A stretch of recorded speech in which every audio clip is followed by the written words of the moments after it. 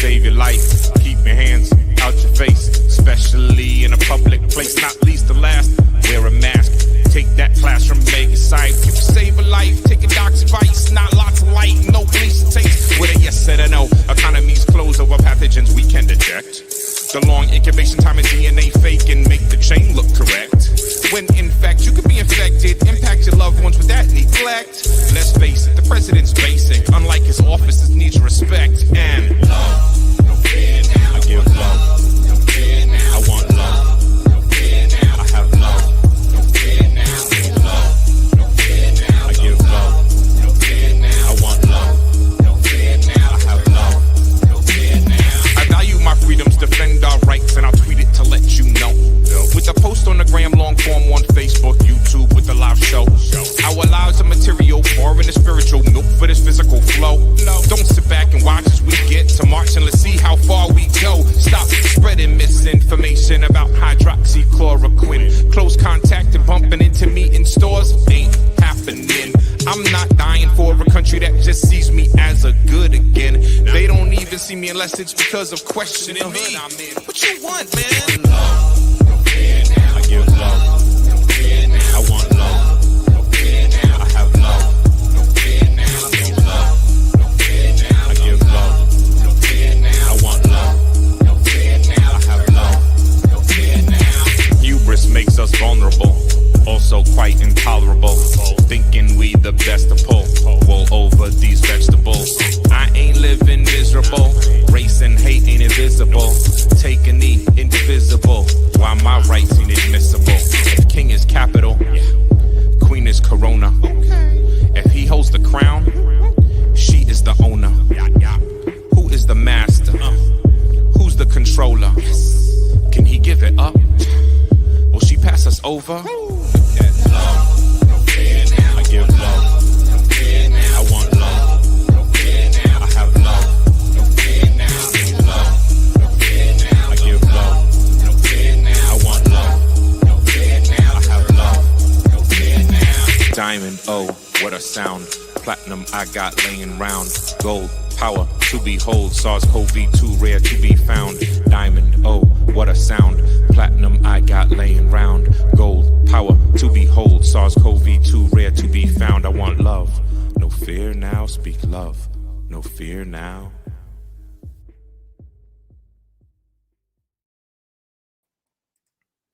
Speak love. No fear now, speak love. No fear now. Papa Biz, I love you, man. Love you, brother. There, I had myself muted, which is not a good thing for a DJ to be muted, right? It's all good. We're all getting used to these platforms. We thank y'all for joining in, for tuning in and joining us tonight. We love y'all. Thank you for being here. This is definitely family at this point. We are a open space. Let me run the banner while I say this.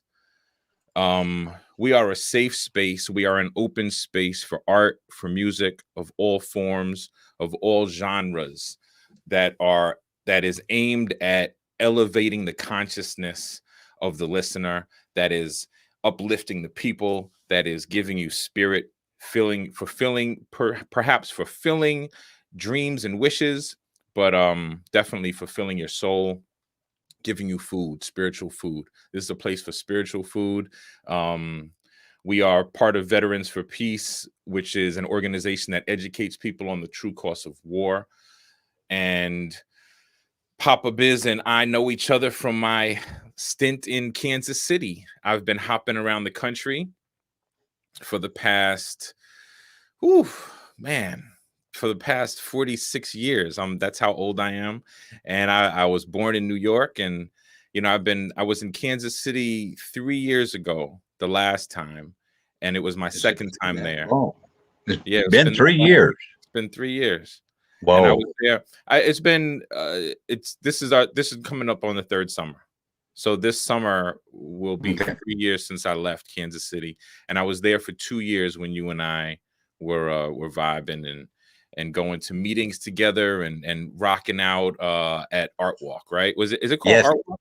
Well, it was First Friday's Art Walk, yeah. First Friday's art walk, because there's an Yeah, art yeah. walk here as well in Mobile. So it's like even every city I go to, there's an art walk. It's kind of beautiful. I love it. It's surreal. Is my audio doing okay tonight? Yeah, you sound beautiful. Good, You good. sound good. Okay. I haven't seen any complaints come through. Everybody in the chat room, peace and love. I see familiar names as soon as I open it up. Hey Natasha, hey Sarah. Sarah, President. Bright individuals in the house tonight. Redefined soul. Right. Beautiful. Michael Yeah. Atkinson, Amanda is in the house. Who else we got in here? Some new names. Heidi. I don't know Heidi. I haven't seen your name. Welcome, Heidi. Cool. Welcome. Al is in the house. Much love, y'all. Thanks for joining us. Thanks for being here with us. We don't have a guest on, but as you know, we flow easily. We flow smoothly. So my phone is open. I've reached out to a lot of my friends. If anybody wants to get on, they can holler at me. If anybody who doesn't know me wants to get on, you can see the link in the bottom and send in. I don't know why I put that up. I didn't read that yet. I apologize.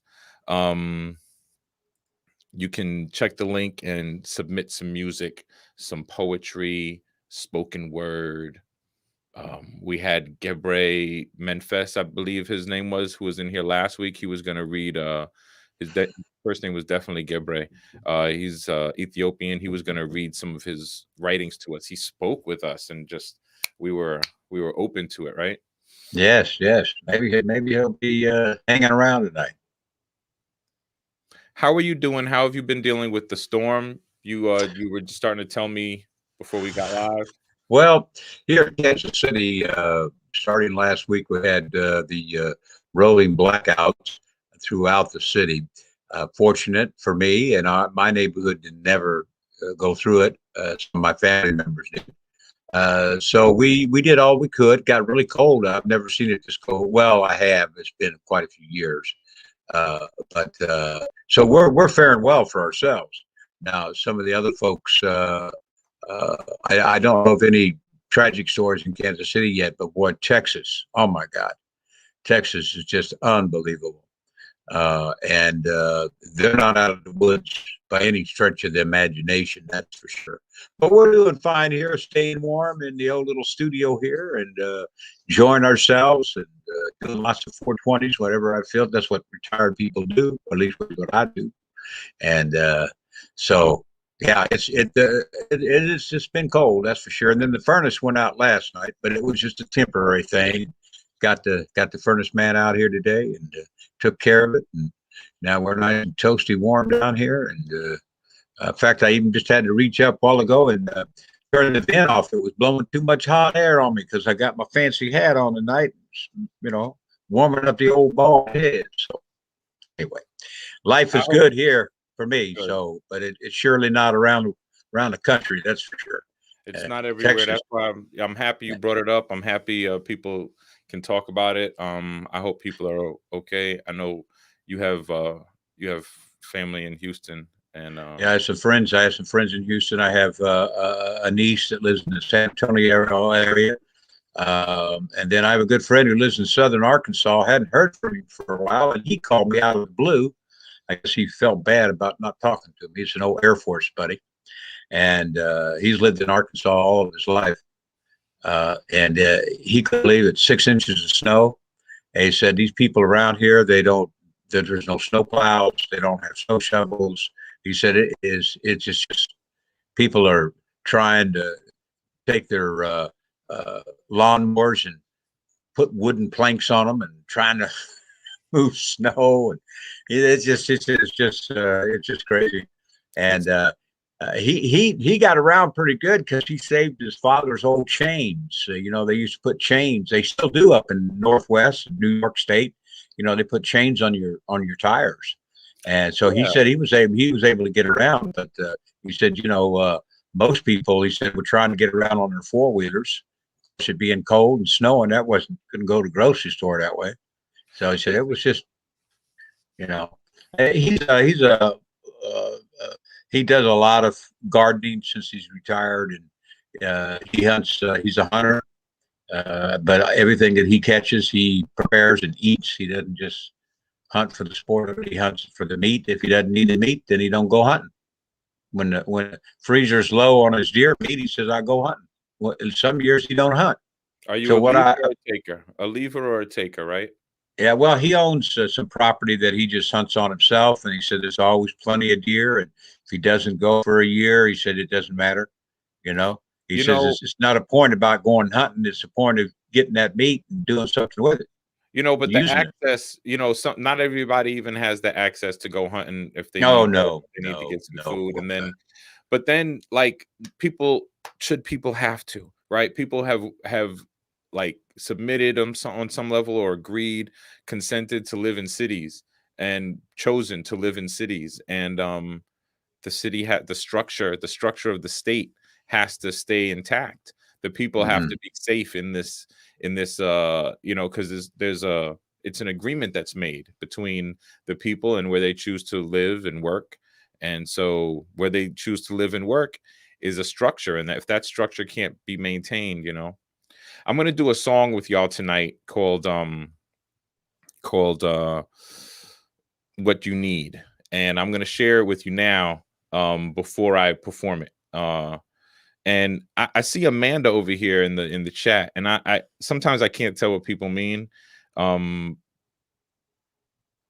it's like gag me, Mike, MIQ, and then I don't get it. I'm not sure if that was in relation to something we said or into the chat earlier. It's such an interesting thing, this web, how these it's the just, interwebs, yeah.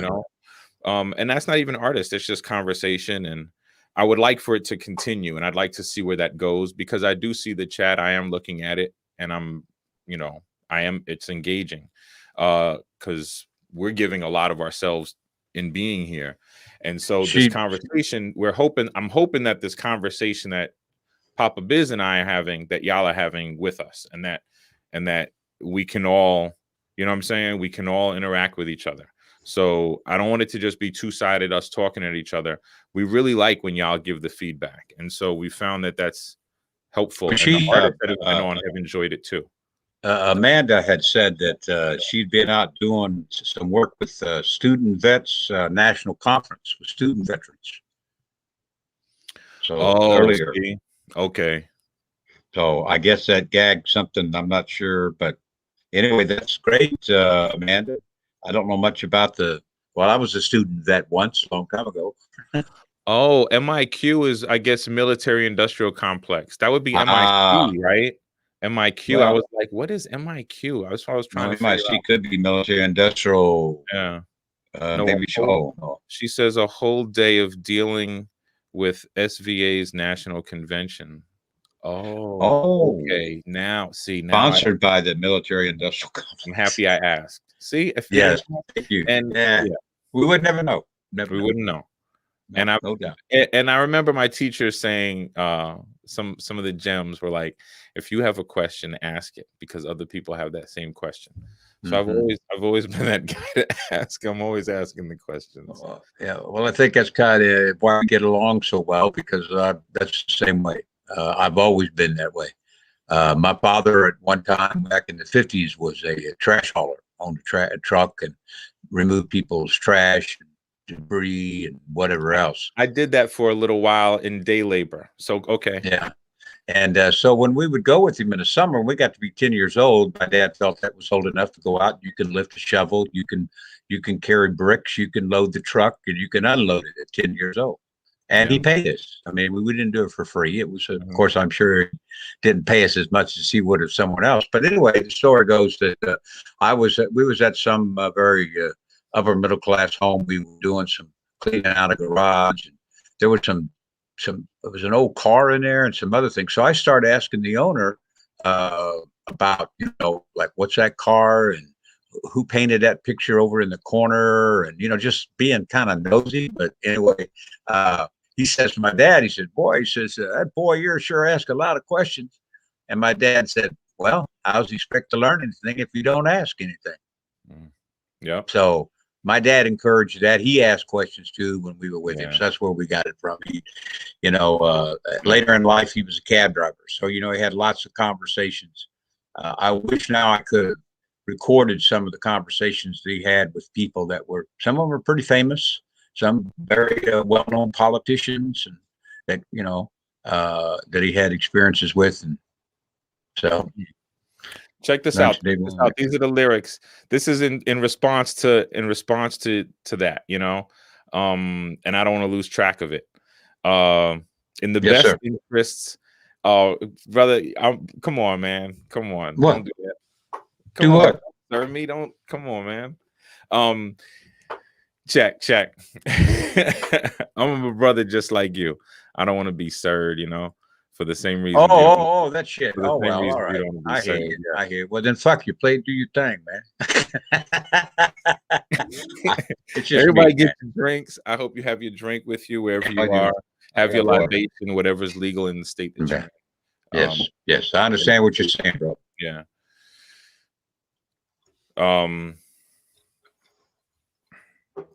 In the best interests of my countrymen, I suggest we all take a step out the system.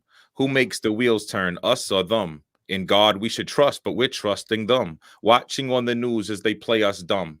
Whose information is more fun? I abstain from their propaganda like a nun. In meditation, my time is better invested, like PE and KRS. Fuck what the rest did.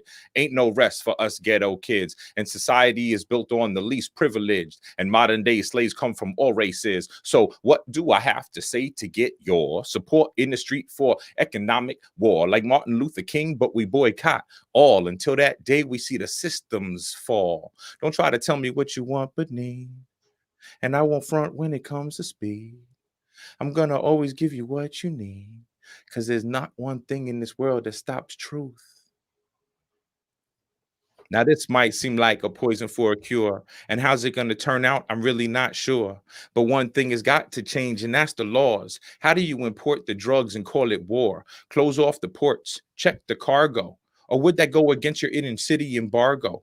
When nothing comes out but the crime goes in, and kids grow up feeling invisibly clothed in, the shackles their families chose in, which can best express how our voices were frozen. My toes in, the ocean ain't cold enough, so I'ma freeze the waters and call your bluff. The only thing backing up your dollar is us. We're behind your stocks, your bonds, and your trusts. So unless a coup is what you want, I'll offer this advice for your consideration.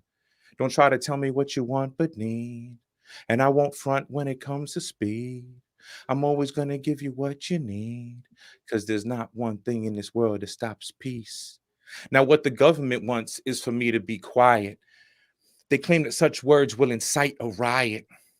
But the truth is, everyone I speak with is tired of officially elected greedy bastards and liars.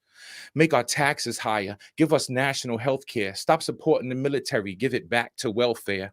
Our education system, priority everywhere, and no more death penalty. The laws ain't fair. These major corporations, they make killing a sport.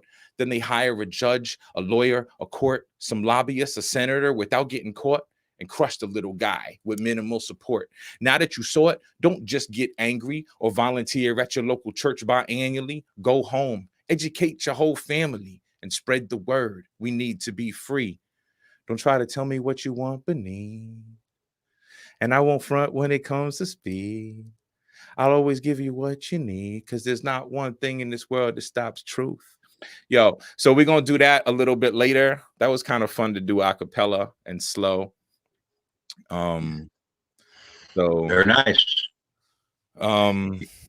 That was 2006 that I released that. I guess I wrote it in 2005, 2006. And without even knowing it, I was like a socialist. That's crazy, because I definitely believe that the resources that the people create, that the people's manifestation should be owned by the people. And our whole system of government, as we see in Texas, is broken. For Texas to have its own grid that it's operating on, independent of East and West grids by choice, because they don't want to be regulated, but then not even checked for safety and standards, for upkeep, doesn't make sense, given the ability that we have in our modern world. Our priorities are screwed, yo. Our priorities are way off. So artists, please get at us and give us some music and give the world some healing vibes, yo. We need your vibrations to heal the people.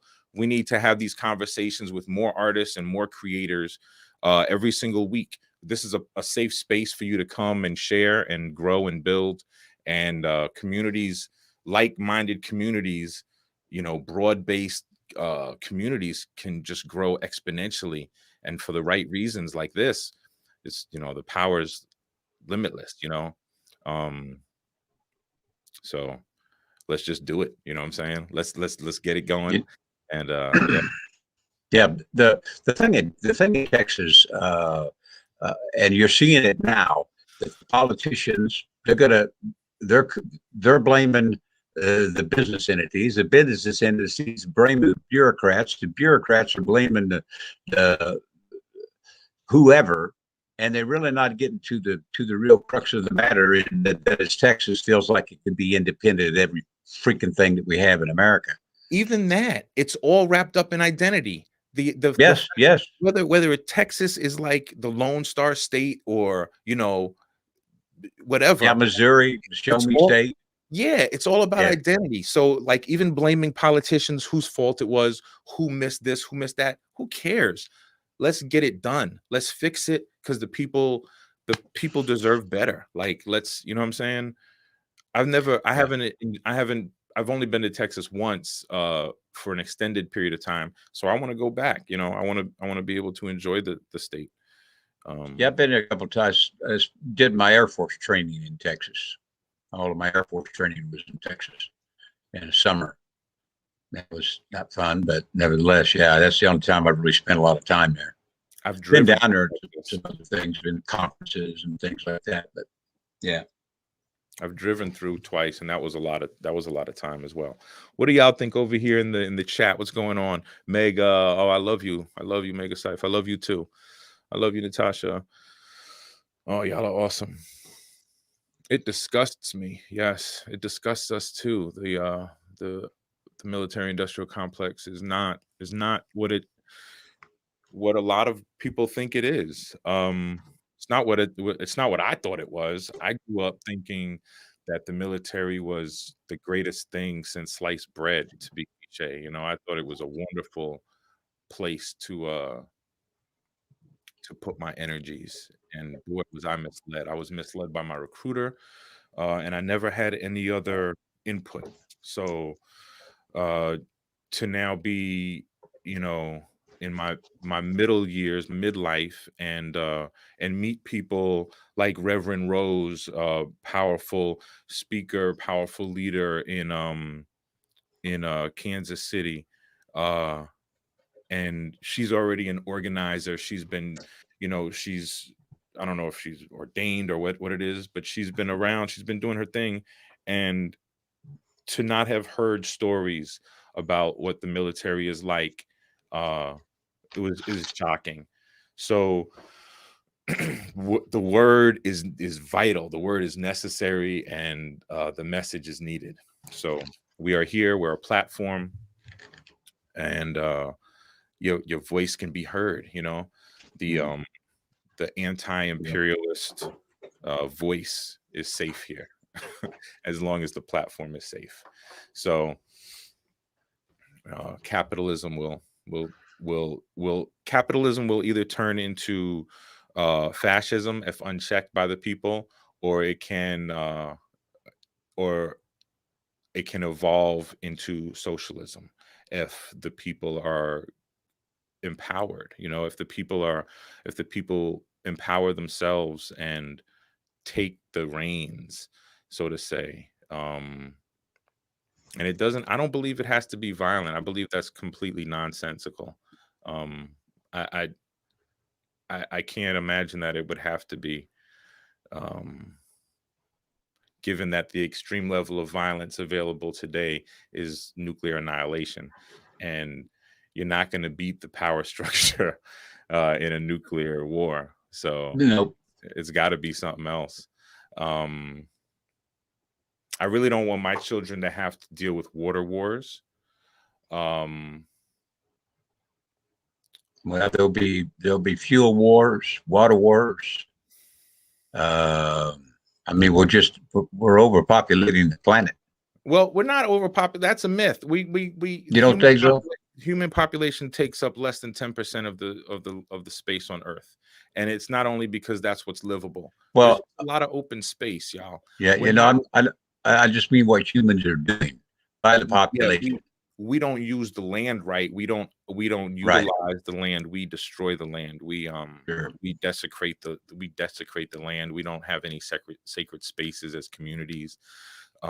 We don't have, there's no central gathering spaces when you go to most cities and most towns that are like sacred and cherished. And we don't cherish our elders, brother. As a nation, we fail miserably by not cherishing our elders. So it was key to me. Two things about Veterans for Peace that I fell in love with were the connection that I saw at the moment when I came in between the generations. There's been a lot of conflict since, and every organization goes through growing pains, just like every person goes through growing pains. But if we can have an intergenerational conversation on music, and you and I do this constantly, right? Music, race, politics, culture, and music is culture, but like also all manner of conversation, then that is how we can stop the cycle of disinformation and the insanity that is taking place in our country, in our world. I think that's what I think.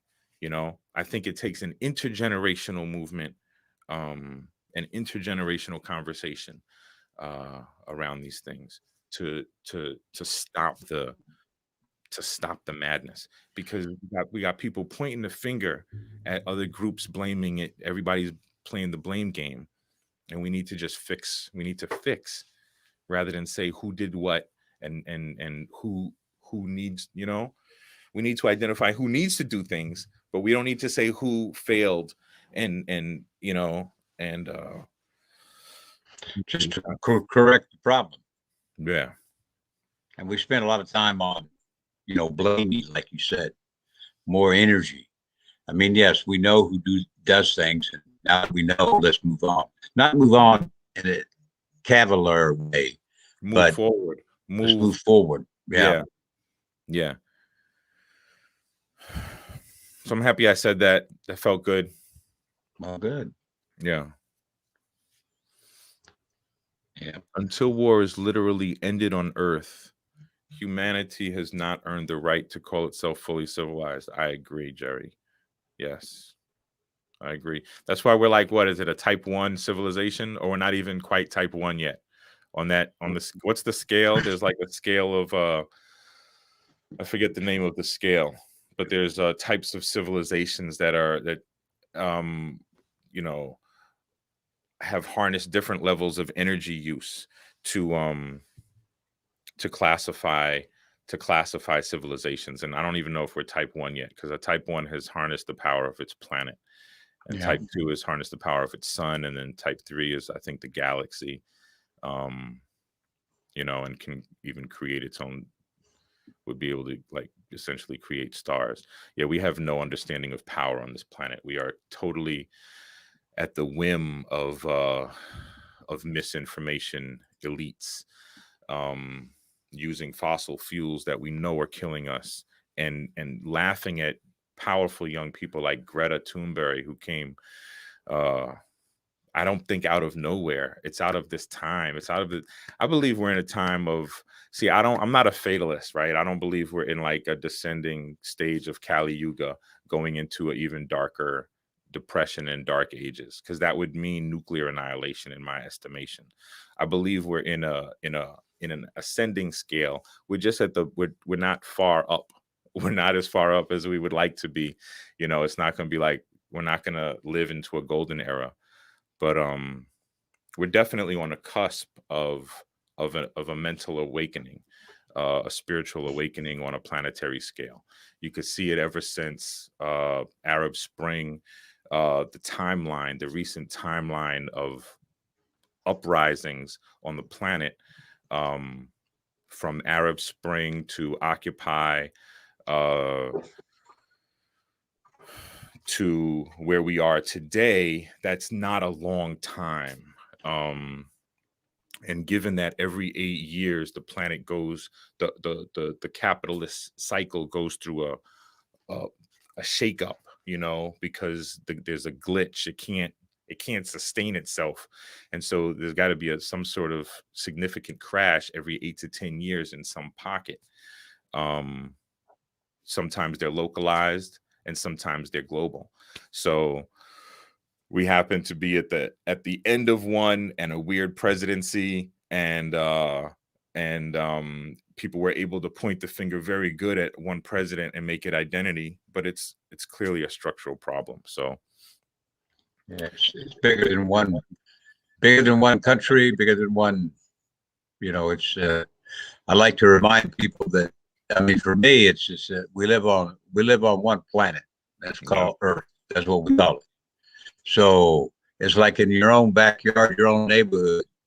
If you start throwing garbage in your neighbor's backyard, eventually they're going to uprise and either bring the garbage back or do something else. So I kind of see that, the world, we all are players.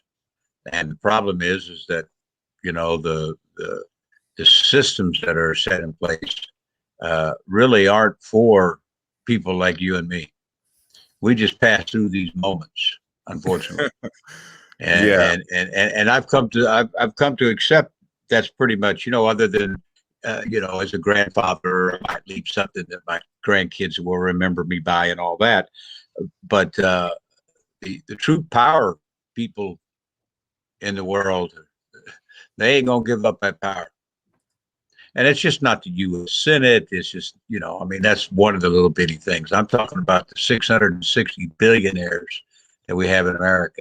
I'm talking about the cat in Saudi Arabia, the king, and them people who are so hypocritical about their own faith that they'll sell oil to China, who's locking up people who believe in the Muslim faith. That's just all hypocrisy. It's all about the money. It's all about capitalism. It's all about the Uyghur Muslims, right? Right.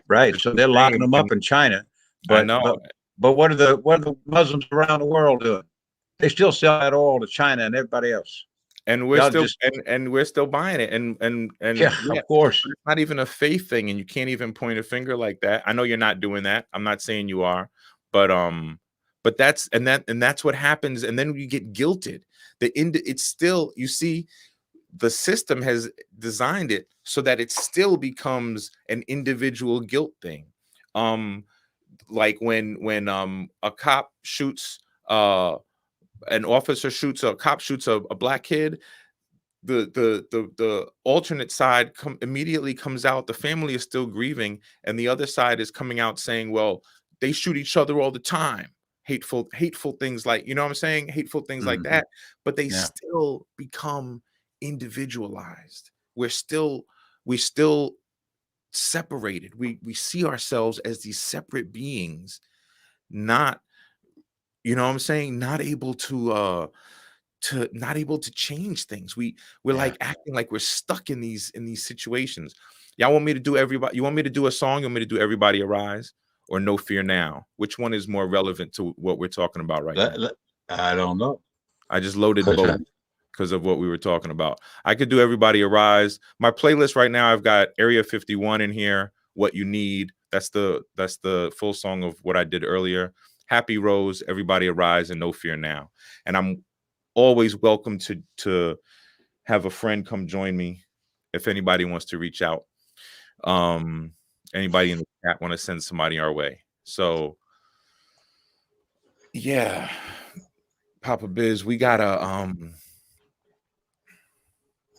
keep this open. We gotta keep this spot here. We got 19 people in the room.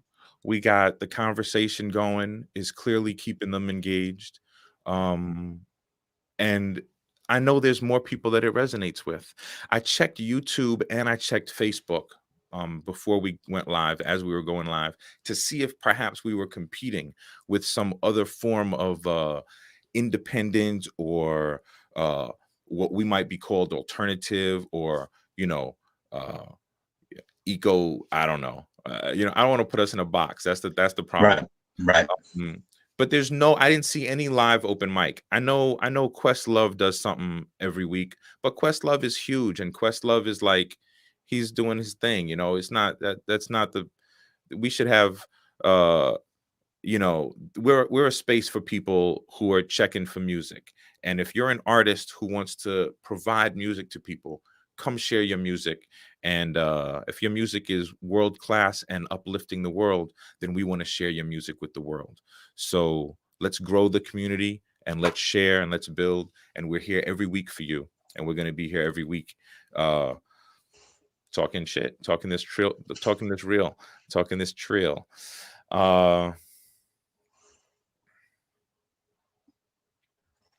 Let's leave a trail. Let's do Area 51 as we talk about chemtrails and the trails of why these things are the way they are. Let's go back to Area 51. What You Need is really the first song, but Area 51 is the second album. So this would be like the second song, 2011. And this is a conversation with me and Papa Biz about me having met an alien, and that alien having given me the truth to the world, unlock the secrets of why we're here and humanity. All right. I'm ready for it. All right.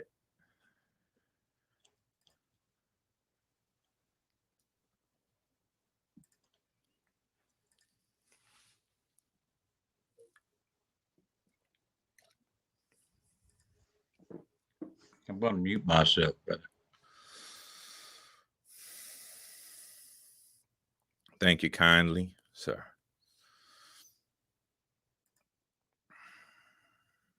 Thank you kindly, brother.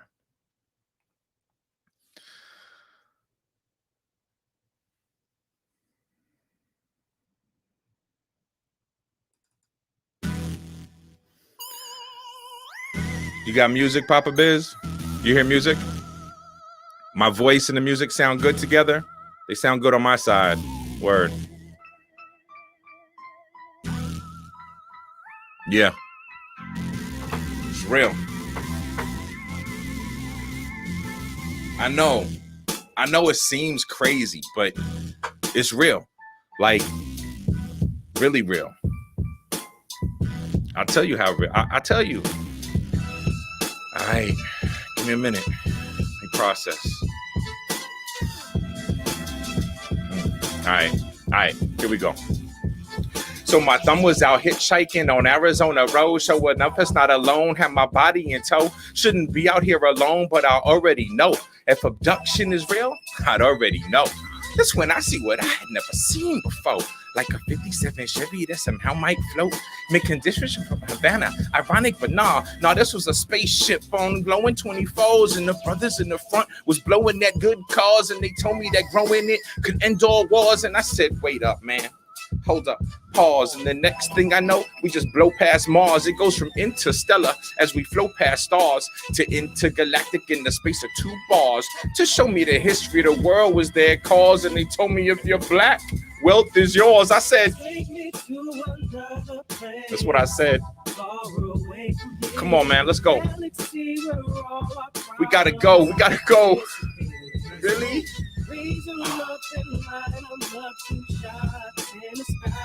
Oh, that's what it's for. This is Malcolm and Martin, arm in the army. This is brothers in the struggle for the dearly departed, for those up against the hardest and making it work. For those fucked up charges making us work. From the trumped up in charge us, this faceless clan. This alien man laid out their secret plans to erase history and erase through space and time in a battle for control of our souls and minds. I said,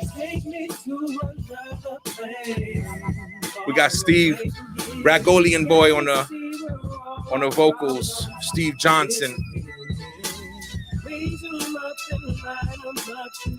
2 shots. Pop up. Put your peace signs up.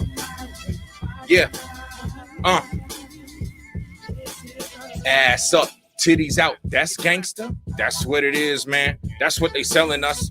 East Coast, I say, lynch those banksters and bail brothers out with pens. That's the answer. This is our planet. The evidence is everywhere. Pyramids in Egypt, guards on the stairs. This is a power move. Don't cop theirs. Fuck a new whip. Hit the chop shop. Yeah, and keep on banging until I bang it out. High yellow pass, don't step foot in the house. My rappers brown paper bags, grease dripping out. Knowledge supreme, gut the Dutch 40 ounce. Legalized, and I'ma keep on screaming. This government is criminal, guilty of treason. So put your lighters up, put your orders for treason, cause we gon' blaze it up till the earth is bleeding. I said, that's what we saying, man. We gotta go. We out here calling for help. We calling for change peacefully. Y'all don't hear us. You don't hear it. You don't hear it. Say niggas don't die. Quit trying to kill us. Trees on high, angry gorillas, iced out shackles, slave shack fillers. That's why aliens coming down, cause they feel us. Blaze it up. Why the state trying to kill us? Haze it up. My family is my dealers. This is uncharted territory. Change it up. Everything is in you, the God you trust. I said, take me. Take me. I'm here, man. We here for the long haul. You know, it's a marathon. It's not a sprint. It's a lifelong journey. Live it, breathe it, give it, believe it. We here for you. Every single week, come through. Friday night from 8 to midnight. You can check in with Papa Biz and the crew. Mega Syph. What's it gonna be? Where you at? Let's get free. People, come on, unite.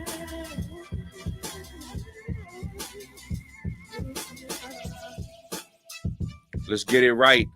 Let's get it right.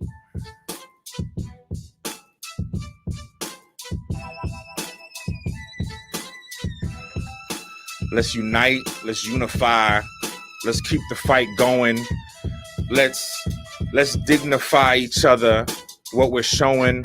Let's own it. Let's own these moments. Let's own this moment. This is a powerful moment to be alive, you know. My brother Mark Elliott Stein. Mark interviewed me for the War and Peace podcast. What's it called? The Peace, not Peace and Planet. It's World Beyond War podcast. And he asked me how I felt. It was right after I had released No Fear Now. We did the interview, and he asked me how I felt now about, you know, this time with people recognizing the globe picking up the call for Black Lives Matter. And I was like, well, it's long overdue. I said it's a great time to be alive, you know, because I don't see the tumultuous times as a negative thing. I see them as long overdue, as the conversation has been needed to you know what I'm saying? We've needed to have it for a long time. So I'm just happy to be here with you, big brother. And here we go. Let me turn my mic on. That way somebody might hear me. You know, I kind of look at the world in a real simple state most of the time, and that I firmly believe I don't control a lot what goes on in my life, only in immediate sense. You know, like I can control things with my grandchildren, my kid, my wife, and you a little bit, not really control, but you know, but overall I try to take the long range. So the things that I want to do now, I hope will show fruit 10 years from now, maybe 20 or 30 years from now. Might not even be here when I see the things that I'm trying to do now. You know, we're thinking about buying a new automobile. So one of the things we're looking at is electric. Do we go full electric? Because I think within 35, 40 years at the most, all major metropolitan areas will not allow you to drive anything but electric vehicles. If we have major metropolitan areas in 25 years, we will have already established the need for that, because we're facing global climate crisis. Oh, You know what yeah, I'm I saying? mean, So yeah, yeah, Texas is Texas, the whole state freezing, brother. that's crazy, man. It's crazy. And that's just not something that's I don't think that's going to go away. I think these type of weather incidents are going to continue. You can't, it's like I have this globe in my little studio down here. And if I put a big glass over that dome, that globe, then that's what we have here in the world. We're covered with this complete thing. So everything stays inside. So it's just really ludicrous to think that you could drop a nuke on somebody in Southeast Luda. Asia and still not have within 24 hours or 48 hours the drift of that stuff over your own country. It's just crazy that people would Right. even think that you could do that. That it would I mean, even that's how our we know that's how our weather works. Why wouldn't our yeah, pollution work the same yeah, way? it'd be yes, It's right, in the same it's way. so stupid. Well, It's I so think dumb. when we dropped that bomb in World War II, where did all that smoke and everything go eventually? It probably eventually went all over the world, spread cancer all over the world. And it This wasn't one nuclear. bomb. It wasn't one. It was two. Oh, Right? it's two. Yeah, It it's was two. Big Boy. I forget the other one's the other name. It was. I wouldn't have. Was it It's Little? just, It was. and and now we have even more arsenals to blow the world up 20 Oh, billion times, right, or some crazy billion crap. times. Those weren't Right. even big bombs by today's No. standards, Oh honestly. no. And No. that's horrifying.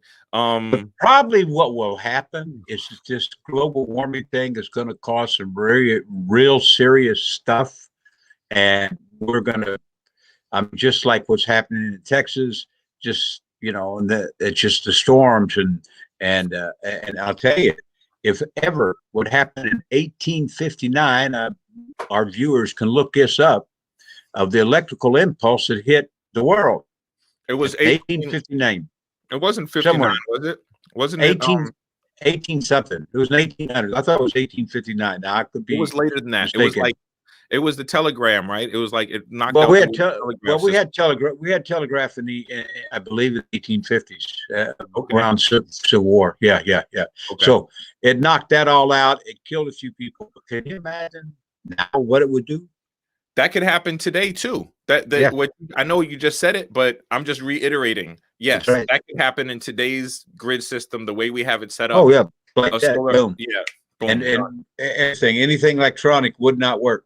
Nothing. And that would set us back. That would set us back like at least 100 years. We'd have because we'd have no ability to build. People don't get that through their heads that we'd have no ability to remake the things. We couldn't just turn them back on. Yeah, well, we don't know what it would do to like transmitters and to power stations. We don't know what this.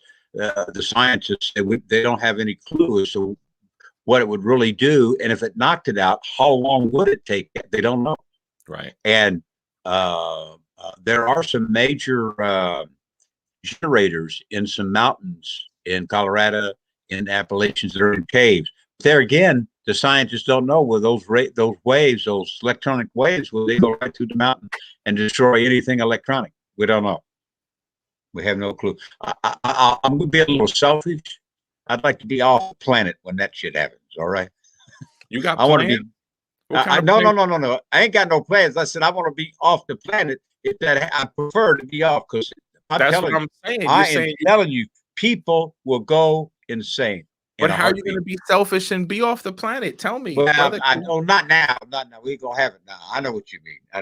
I'm just saying. It would be a complete.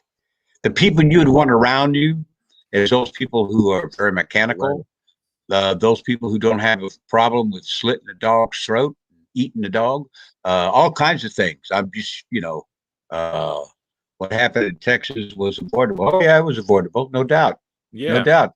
They knew in 2011. But of course, Yep. a lot of us don't. I had no idea that they had that type of grid and they were all by themselves. But we shouldn't Not, be not surprised, neither did I, but I'm also not surprised because right?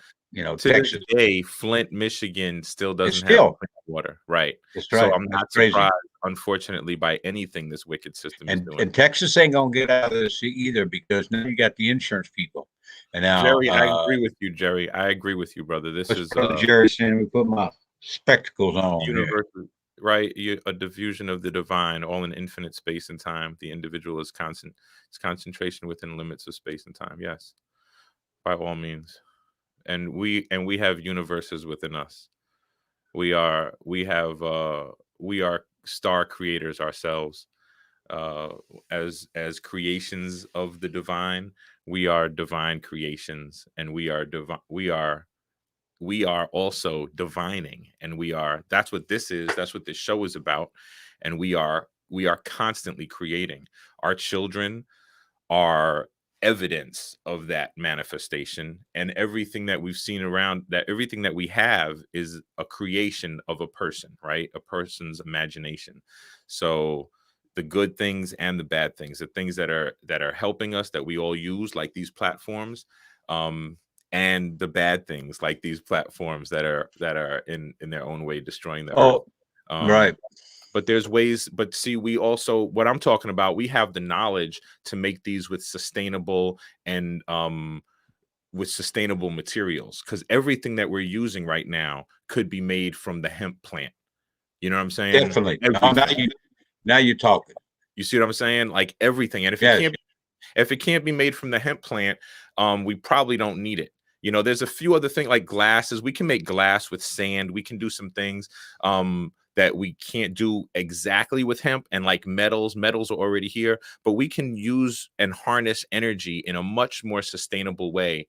Even not having tapped into the true essence of geothermal, energy harnessing, we can still use fuels that are on the planet available to us in better ways. I know for a fact that the rise of cancer in our country coincides with the increased intake of sugar, but it also coincides with the increased policing of cannabis, of medical cannabis, and recreational and just natural diet. So like there you go with that. Have that one, world. And there's Well, I mean, the whole propaganda against cannabis in the 1930s is just deplorable. Totally just racist.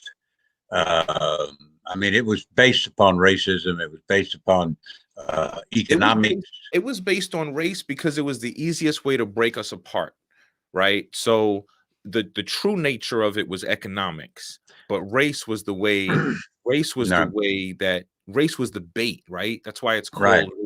Like it was the easy catch to say. I think the lines were that black jazz musicians were using the plant to to get white women to into bed, and the plant was making, right, this was reefer madness, right?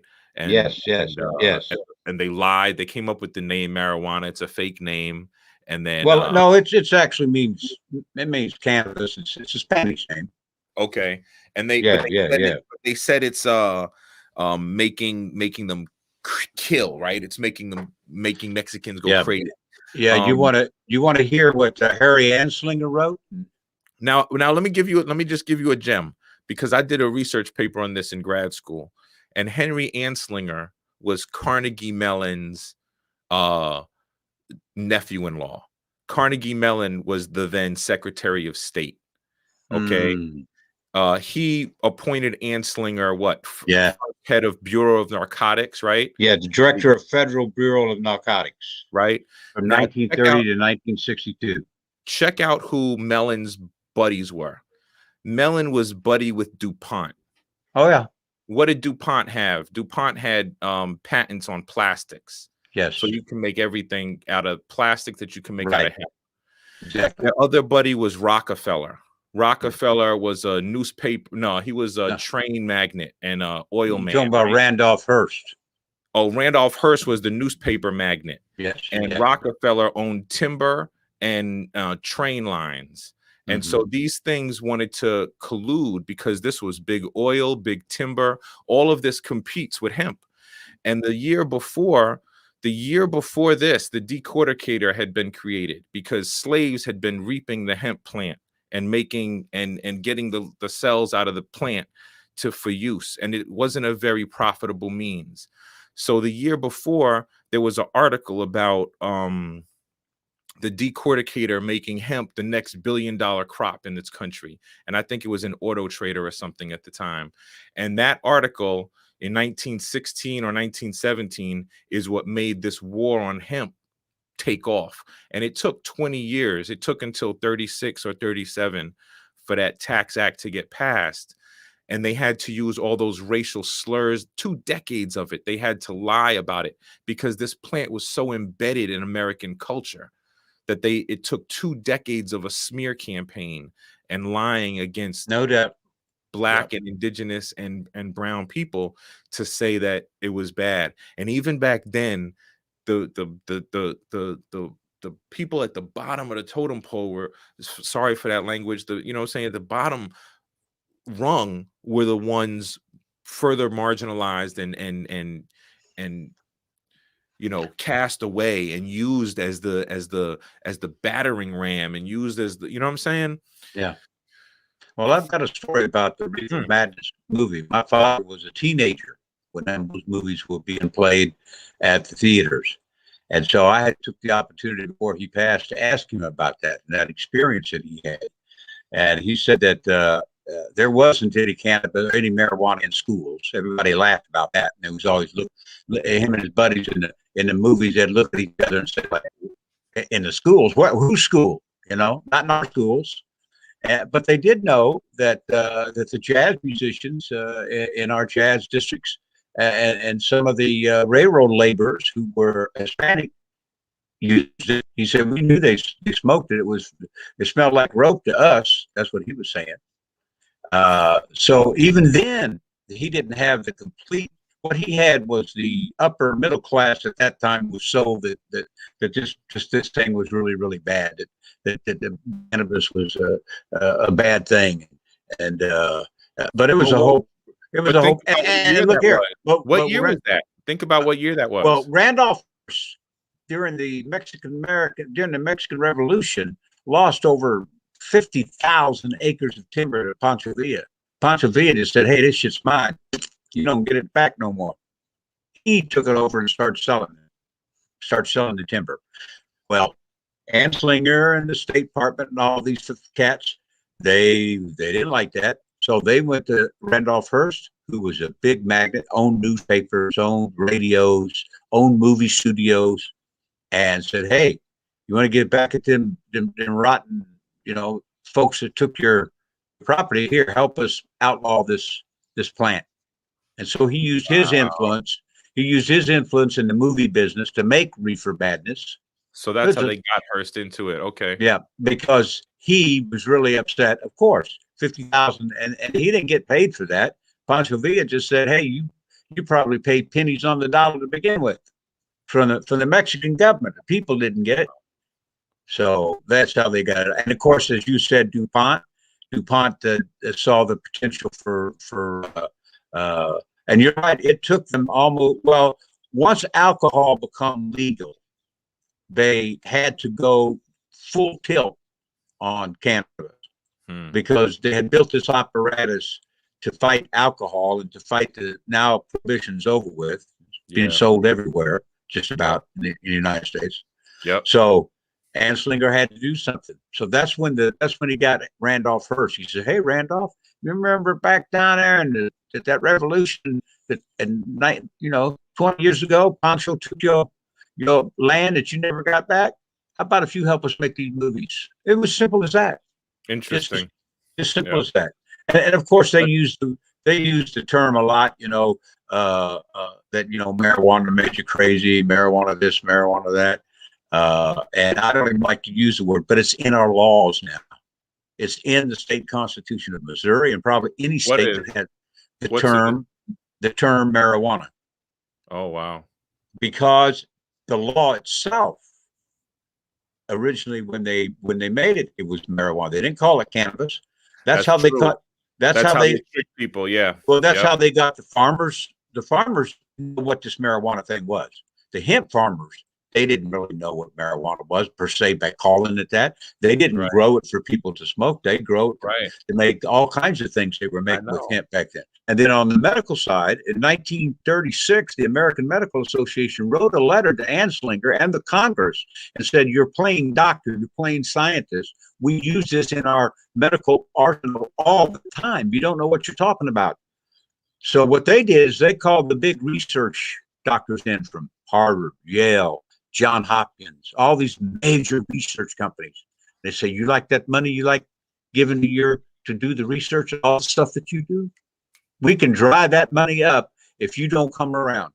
And it was Yep. basically within a year, the American Medical Association flipped. I mean, they just did a Yep. You know what flip, they taught? They flip. taught my wife is a surgeon, and they taught her in first year of medical school about squamous metaplasia, which is what happens to your lungs supposedly when you ingest any burning material. Um, Well, and so they, I'm sure that putting something into my lungs of hot material might do something, but no more than me breathing in the nasty air that I breathe outside every day is the way I look at it. exactly, it's not equivalent I to mean, smoking that's cigarettes. You can't tell well. the tar. The claim is that the tar and then the tar in a joint is equal to the tar in a So I'll or tell you what, when I die, more than the tar in a when I cigarette. I die, don't believe that lie at all. when I die, and I'll be an old man when I do it, because I got a plan that they can take a look at my lungs, and then they can see what it looks like after I'm long gone. I won't do that. I want to give my body specifically for cannabis research, nothing Oh, that's else. nice. That's Take beautiful. my body, and I could, and at the now KU has a program, but they won't do that. They just kind of take different parts of your body, keep it for 2 years, and then give the ashes back to your family. You No, have I to want, you have to make that deal with like a private cannabis company to make yeah, them to make it a big, somebody, yeah, like, somebody. yeah. Hey, take a look at my lungs, take a look at my liver, take a look at all this stuff, because I firmly believe the plant can and does save lives. Maybe We Mike know. Tyson, Go ahead. maybe Mike Tyson. I'm sorry to cut you off. I No, no, think no, no. I like your direction. I'm just thinking of people. I was throwing a name out there. I should Yeah. have been on mute. Well, that's okay. But The plant. because You said you think the plant can. oh, I don't think I know the plant can heal way more than what we're allowing it. For my example, I decided that when I wanted to get my medical card here in Missouri, that not only was I going to use a cannabis doctor, that's a doctor who believes in the plant, who uses it himself. Okay, I want to get them to work with me, but I also wanted my own medical doctor. So over the last 3 years, I have educated my doctor about this plant. And of course, I'm not her only patient that uses it, because I asked her. And she said, "Oh, no, you're not the only one." She actually signed off on my medical certification, my own medical doctor. And here in Missouri, if you get two medical doctors, then you get more than the allotted amount. Like normal medical marijuana is 4 ounces a month. I get 5 ounces a month. Yes. And because Yes. that's what I talked with the doctors about, and that's what the doctors agreed. And actually, there's no cap in Missouri. Let's say if I got cancer, and I'm gonna be pissed off if I get cancer, as much cannabis and medical mushrooms I use. I'm gonna be one mad dude. But anyway, so let's say I get cancer between now and next year, say 2022, it comes up, and I go for my renewal. I go to my medical doctor and I say, "Look, I need to have at least 10 ounces a month because I got to make my own oil, because I'm treating my cancer with RSO oil. It's a full RSO. yeah. Well, it's RSO is an acronym for Rick Simpson oil, but it's the full extract of the plant. They take the entire plant, not just the buds, not just they take the entire plant. they fast freeze it, and then they pump either CO2 or medical butane, and sometimes even alcohol of sorts through that, and then you get that oil. And that, to me, that's the goal. That is what uh, works. I believe it works. Now we're getting more studies done once we get it. In fact, I think I might have said last week, we have a new director of our organization, Normal. He is Rick Steves. You familiar with Rick Steves at all? I feel like I know the name, but I'm not 100%. He's a PBS guy. He's a world traveler. He travels all over the world. Racial prohibition. I'm just putting up some. I'm just putting. Yeah, up for sure. I like that. I like that. That's nice. So no, I could talk about cannabis. I mean, after all, I'm a can evangelist. That's why I use that name. I see. I got you started, and I'm like, that's why I got to pull back. You have to tell me to hold off. Don't give it off. No, but no, not me. You can go. I have no place to speak on this compared to you. Like, it's like, what? Well, it's my life's mission. Yeah. It is. It is my life's mission now as an old man. Not to get everybody high. That's their choice. But to be able to use the product to save lives. That's why my motto, my tagline is, it ain't about getting high. It's about saving lives. And cannabis can and will save lives. We already have universities teaching about cannabis business. Now, what I want is there's a school in Connecticut, a private university, that's teaching cannabis as a medical. Dr. That's a big old quote, brother. Who? Dr. Merrill Nass is an internal medicine physician who is the first person to have shown that an epidemic ascribed to natural causes was due to biological warfare. This involved the use of anthrax during the Rhodesian Civil War. She has testified to 7 congressional committees on anthrax, biodefense, vaccines, Gulf War syndrome, widely on the anthrax letters. Oh, he's sharing this something with us here. Yeah, I was just giving him light because it made. Oh, no. It's I'm fighting. Speaking of it, it was Michael Atkinson. Yeah. I've been working with a friend of mine trying to get his veteran benefits kicked in because of the use of Agent Orange on the base that I was at in Taiwan.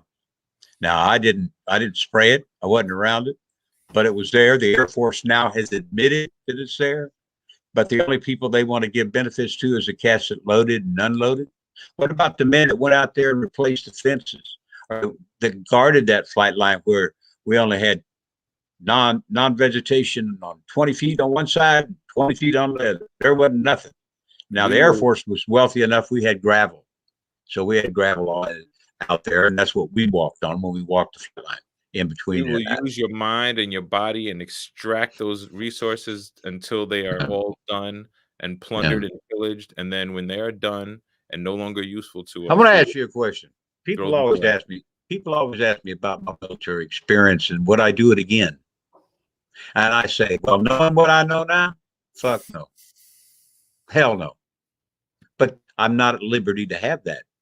Right. You know, it's easy to say. It's exactly. You know, and given my time in the middle of the Vietnam War, I wasn't highly political at all. I was just a young kid that didn't know what he wanted to do, like a lot of us, even today. Right. And people brag about the Marines taking a mine at 17 and molding it. Molded into what? What are you molding this Marine into? You know what they mold them into. Yeah. Marines ain't nothing but designed to kill people. That's what Marines do. That's what they started out to do. That is what yes. That's true. So if you want to go in the Marines, let me close this door. My cat came in and the door. He left the door. Oh, all right.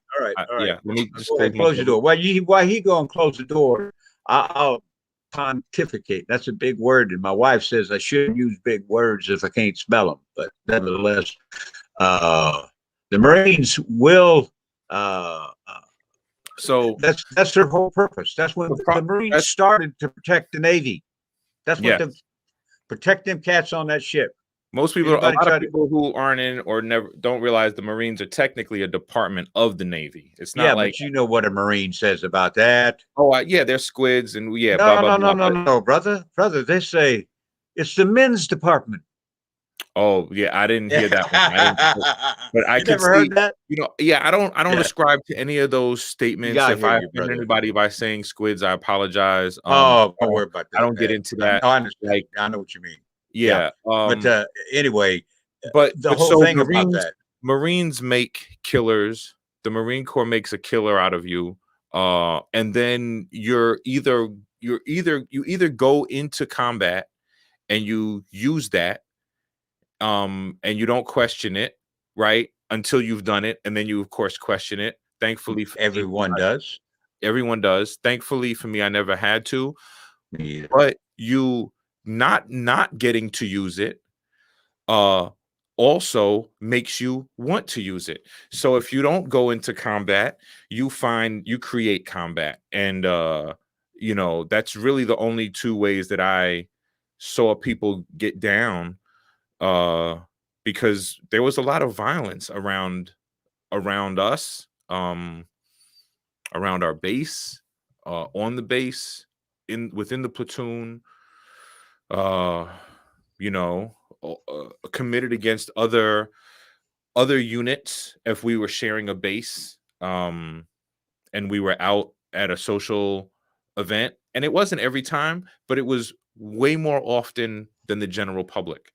And Well, it's that moral injury that we talk about. That when I first met you at a Vets for Peace meeting in Kansas City, the topic was the moral injury to the veteran, whether you ever stepped a day in combat. you If you know train a man or a woman to kill, they still know how to kill just because they right, never had to do it. And it's right, still there. yes, And there's a whole thing about, I mean, I've talked to veterans. Now I've never, thank goodness, I've never had to take them in life, but I have had personal conversations with men that did. And you never, in their opinion, you never, ever get over it. no, You I've don't never. dwell on it at the Mm-mm. time because you know what the saying was in Nam? It don't mean nothing. It's not. That's what they said. The But sad actually, thing is that our when you country say that, celebrates it means everything. our You country follow me? glorifies it. Our country glorifies the military for Mm-hmm. things that they don't realize, what's actually happening, and what the military person, man or woman, is going through, has been put through, has to live through, has to keep their mouth shut about, sees on a daily basis, participates in, or is subject to. If I didn't add that one in, I, um, I it's tell you about it's inhumane yes, to it make is, a and killer. there's It's it, inhumane to make a person into a killer. they do Uh, it. and That's that's why what I they don't necessarily think that veterans make good police officers. I think we need to change that attitude of what we want as a police officer. I disagree. I What think veterans make better police officers than probably. I think people need empathy training, and I don't think people need policing. This is a weird conversation. I don't think that's people okay. need That's all right. I policed. mean, I don't we think don't people have to need always policed. agree, brother. I mean, that would be No, like, I know. It's just I didn't expect to go here. I don't think that's all people right. should be policed. Policing is like policing. Modern policing started out of slave patrols. Yes, yes, I know the Policing, history of it. Yes, and yes. and and before that, policing was a way of like billies, where rich people would hire thugs to protect them, literally, to keep their money bags safe if they were walking around the town. So uh policing as we know it is a way of keeping people who don't have away from what they supposedly want, which Right. is the wealth and the riches. If the wealth and the riches weren't kept from the people, then you wouldn't need police. So, you know what I'm saying? Like, if we change the structure of our society, these jobs that are created around locking people up and killing people, which is police and military, wouldn't need to exist. We could have more teachers, more scientists, more pilots who don't fly fighter jets. um there's so much we could do in our world. Our country certainly needs to be rebuilt. The infrastructure is crumbling, as we see in Texas, as you see in major bridges all across the country. This horrible train line, lack of a train line, that Amtrak that we have, And the national right, park line that we don't and have. It's sad. and we take that, and this is where Vets for Peace, and I want to tell folks that are watching, is trying to work and grab that budget, that defense budget, and give us a couple of $1 billion for our infrastructure. We got more missiles, more everything. We don't need And then and a lot of stuff that we make, they just use in training. Because I know, you being a Marine, they do nothing but train. If you ain't in a desk job, you train.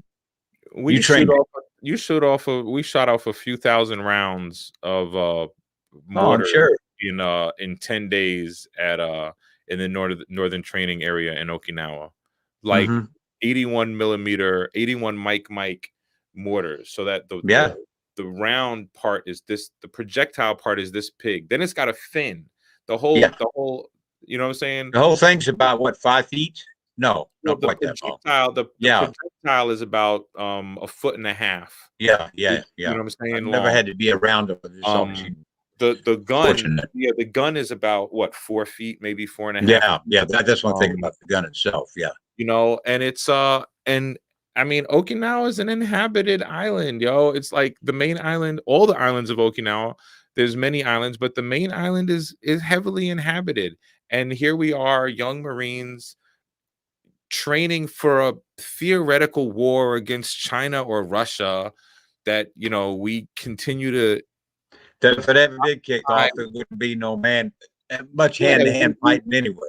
We occupy the Okinawan Islands and Guam and all these, you know, South Pacific islands against the people's will, claiming that Russia or China are going to invade them and take them over if we weren't there. We're protecting them.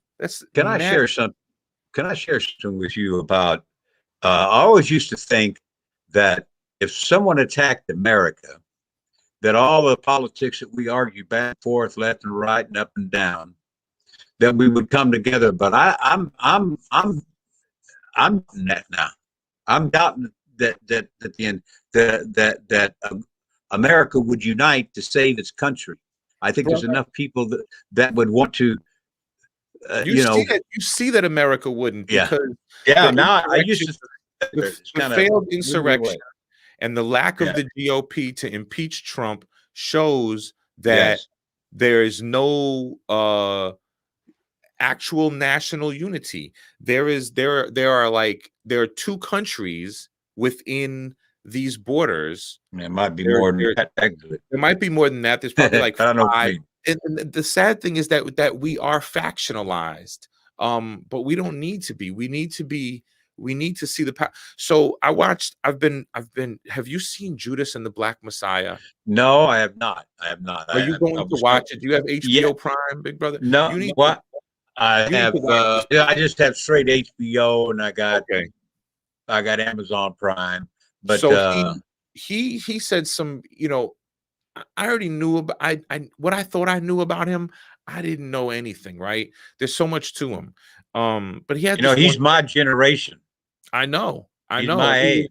He was taken out when he was 21 years old by the system. He said the Black Panthers were in. Yes, go ahead. War is politics with blood, and politics is war without blood.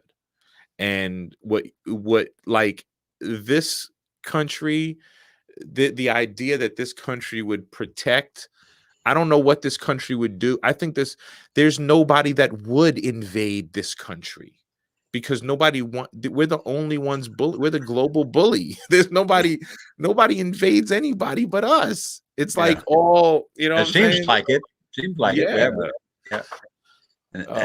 They want to become disillusioned. That's why sad to say so many of our brothers and sisters are committing suicide. You know what I'm saying?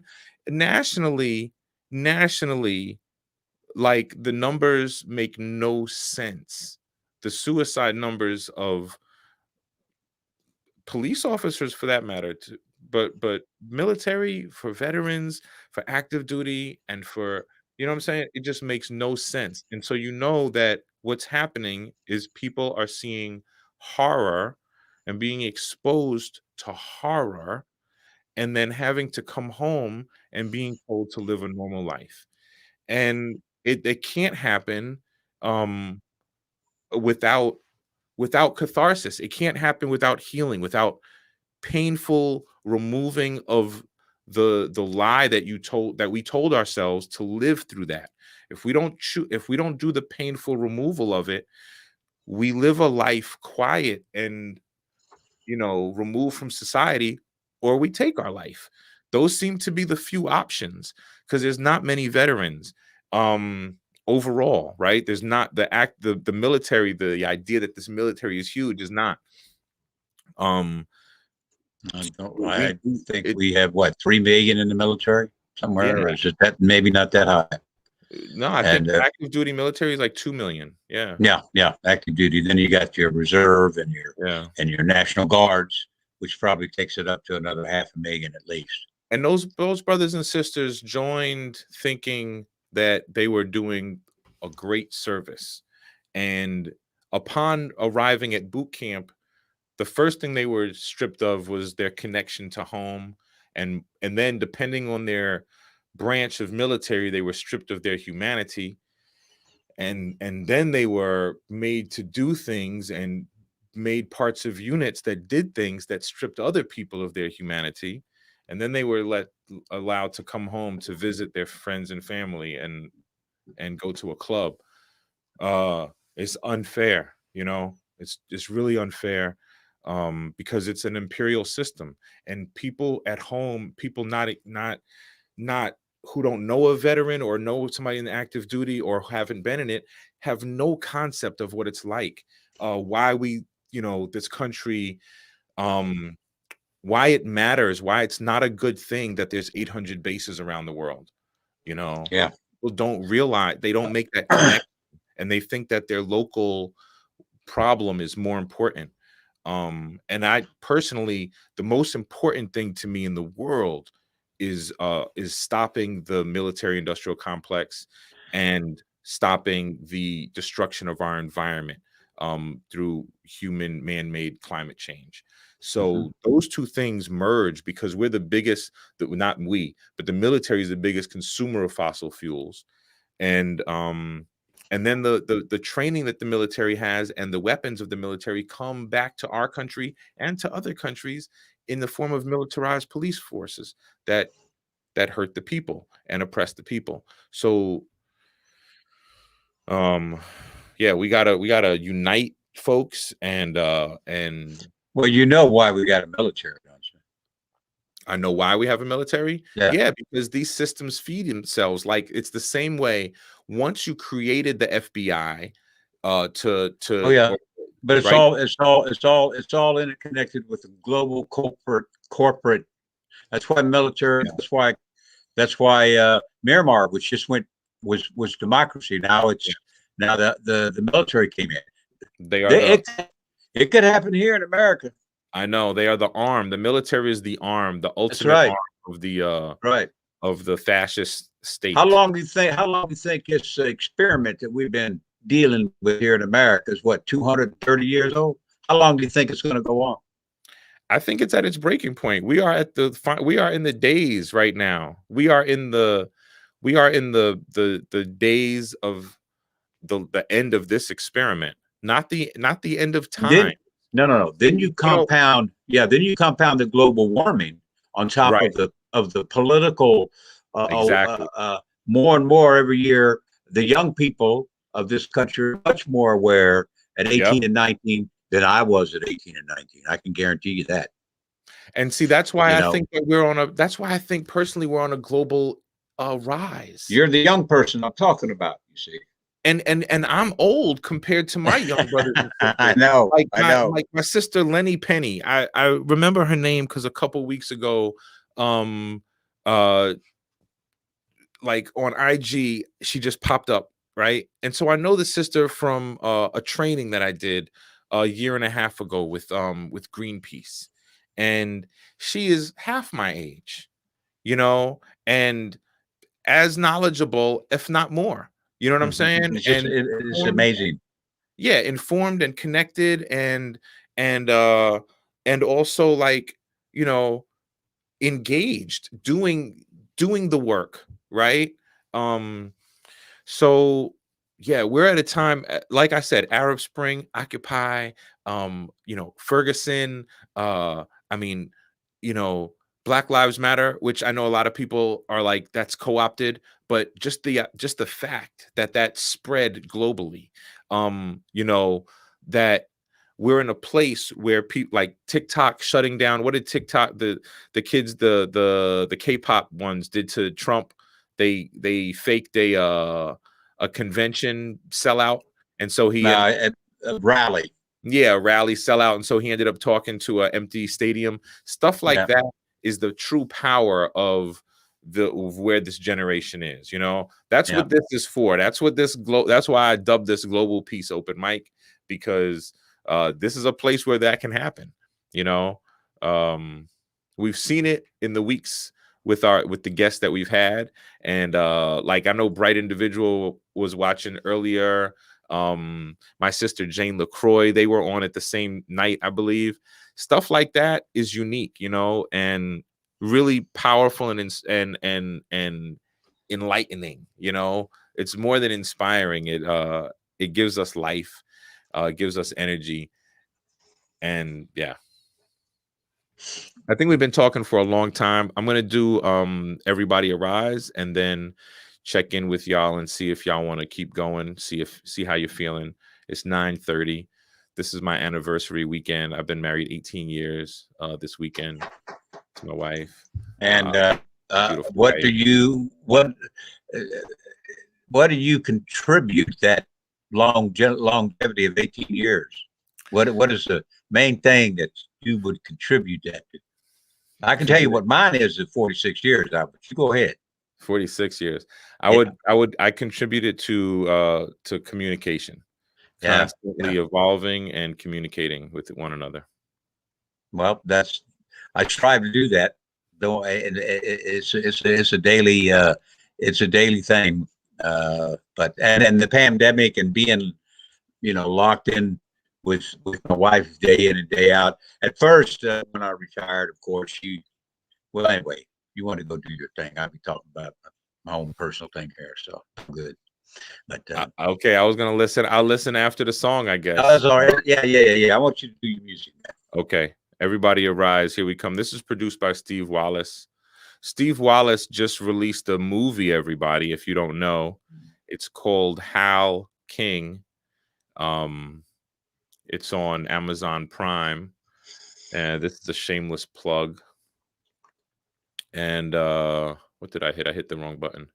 It's on Amazon Prime, and I highly recommend you going and checking that out. It's based on King Henry IV, I believe. And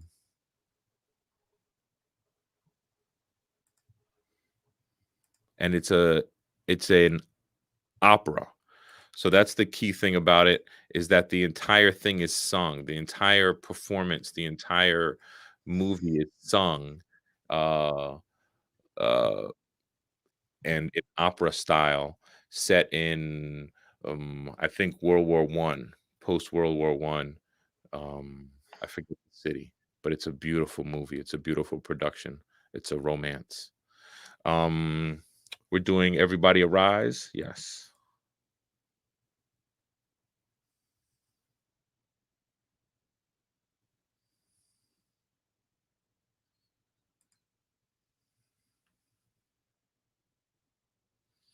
I did that same thing again I did last week. I clicked on the screen. Ladies and gentlemen, welcome to your new paradigm. We are leaving the fear behind. We're going where we need to go. Forward, play, maybe fast forward.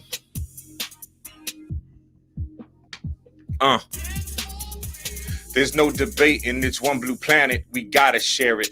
This little rock in space is third base, it's how God planned it. Souls are commanded, some understand it, some don't pray. Please overstand this, it's greed and lust I cast away. They manufacture in private poisons as public goods. The finest fight prison pipelines and gentrified hoods. We flunk polluters, flinging fat F's for fish kills. Foreclose on factory farms and forage for a meal. Forever fervent in my defense of the feminine Mother Earth and her medicine messages from forever when ancestors were the residents. Thankful there is evidence in text and monuments and warnings of what's next. How it all connects. Glacial melts and cleared fields. How will my lungs heal? How will my lungs heal? God's willing we kneel or sacrificially be vegan. I stand for peace and sign the Paris Climate Agreement. Seek meaning in every meeting, completing and not competing, believing and not deleting, scientific truth and teaching. My beliefs based in the fact, real faith takes works. Man-made climate change is real. Let's take care of the earth, y'all. We gotta put her first. She's tired of our ways. If not us, who? If not now.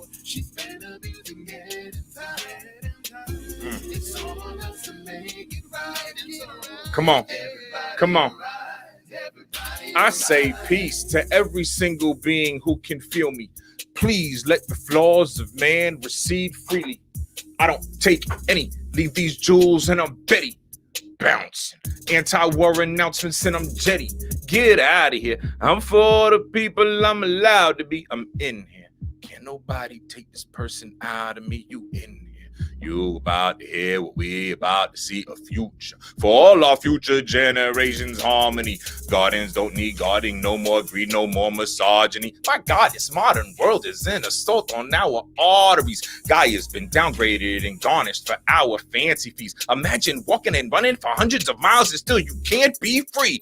Fill the streets. Fill the squares. Make this heaven on earth. Local grown, global home, for the better or worse.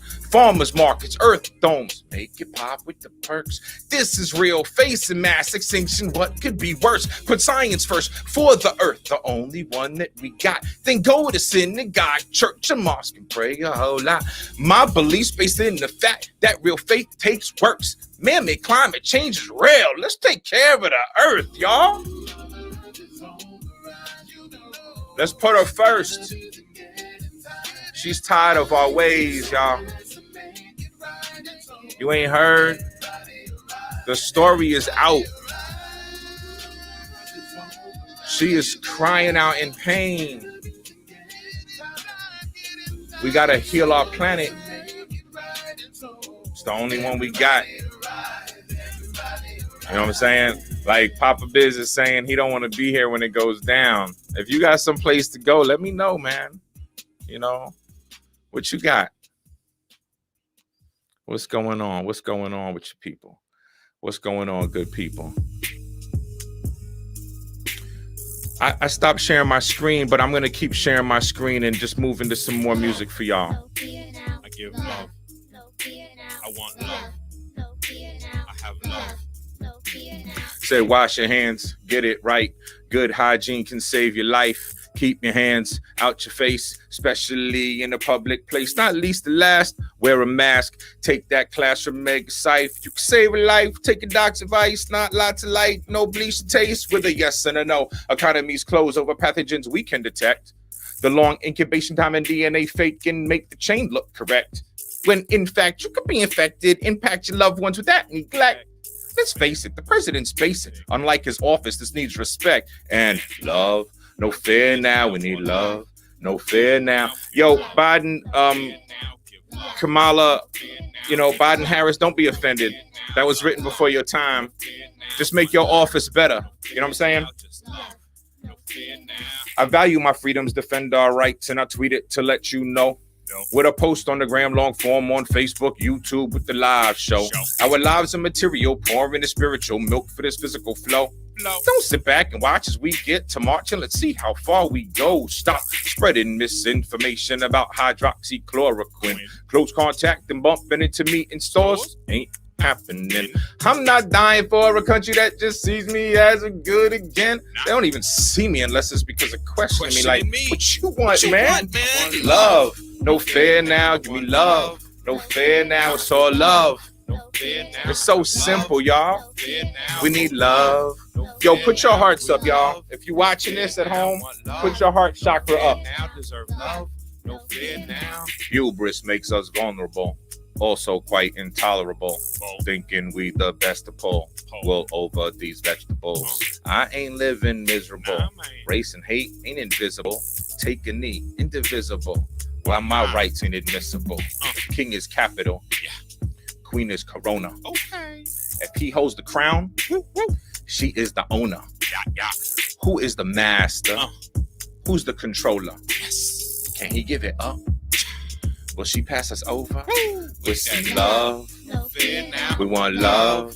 You hear my kids on there? It's all love.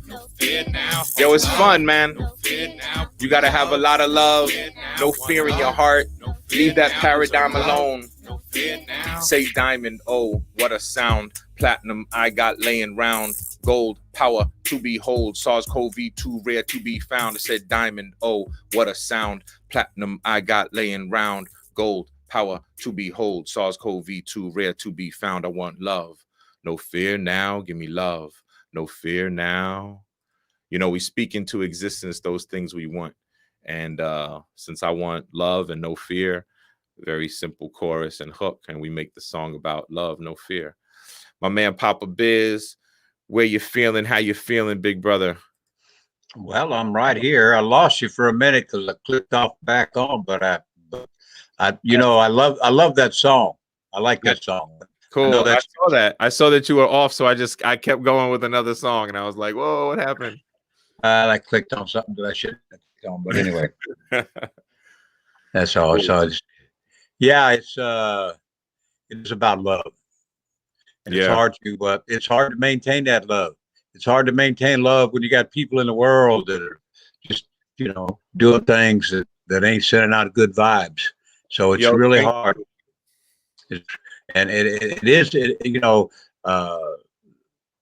I used to sign my Facebook thing, peace and love. And then I got chastised for that because because the things that I actually posted wasn't really about peace and love. It was more confrontation. It was more interpretation of what I was doing. And then I say peace and love. Well, I can see the confusion. So I just decided to drop that on my Facebook stuff as far as, signing it. I don't sign, unless I'm making. I usually start my emails with peace and plenty or end them with peace and plenty. Yeah. Well, that might work better than the other way around. But I've gone through my Facebook page and got rid of some real negative people that I just don't care to deal with. Oh, it's more, and I noticed that Facebook's going to do they're now not going to allow news. So I don't know, this thing that I do for 420, they might not allow that anymore. They might consider that to be news. Oh, they'll probably do that to us. We have a weekly Wednesday live stand down. Yes, I watched a little bit of it on Wednesday. If what you're saying is what they're planning on doing, I know they're going to target us. I'd be surprised if they didn't. Yeah, I think they said news. So are they going to consider things that you do on your stand down, what we're doing here, being news? I don't, because news to me is never ever worthy stories. I don't watch the news. I tune in for good for you. I wish I could. And I can't. Well, I can, but I do abstain. Like I wrapped it in that song. I'm gonna share it with y'all. I really don't watch Fox. I don't watch MSNBC, CNN. I do watch the news because I watch Democracy Now. I tune into Amy Goodman's show just about every single day. And I watch what else do I watch? I like to watch independent stuff that's not funded by corporate America. You know what I'm saying? Yeah. No corporate dollars. So I watch independent stuff. People will probably think it's all leftist, but that's cool. I'm into I like the David Pakman show. I like the Young Turks. and Amy Goodman. That's really my 3 news sources. Yeah. And I feel like if it's important enough, I'm going to find out about it. Like, it's we fill our minds and our vessels with so much that we can't even do anything about. And True. we take in stuff that we can't possibly process and do anything with. So what's the point, except to hurt yourself? You're hurting yourself. You're carrying stress. You're carrying, what you're carrying in your mind and your heart about what you feel about somebody, and not doing anything about is hurting you. So like, abstain from it, take in the information and the knowledge that's going to help you grow as an individual and expand your world. But don't take in everything, because what are you going to do with everything? I watched Well, you can't. Yeah, like people are like, can't I've always got the news on.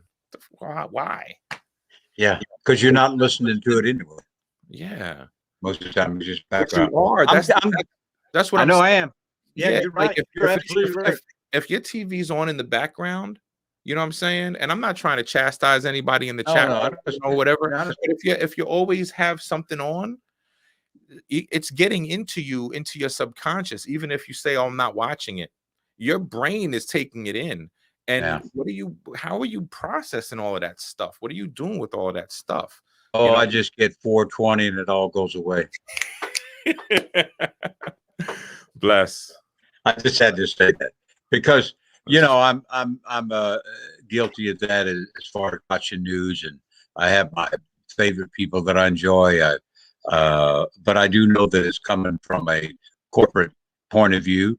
In this case, with MSNBC, I don't mind a corporate point of view, so I watch them. I don't watch CNN. I don't watch anything on Fox or Newsday or whatever those other.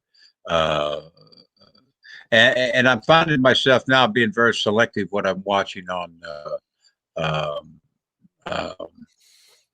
MSNBC. I also watch Vice, but I noticed Vice has changed a little bit since it's I see Vice even though it's got its own channel now, right?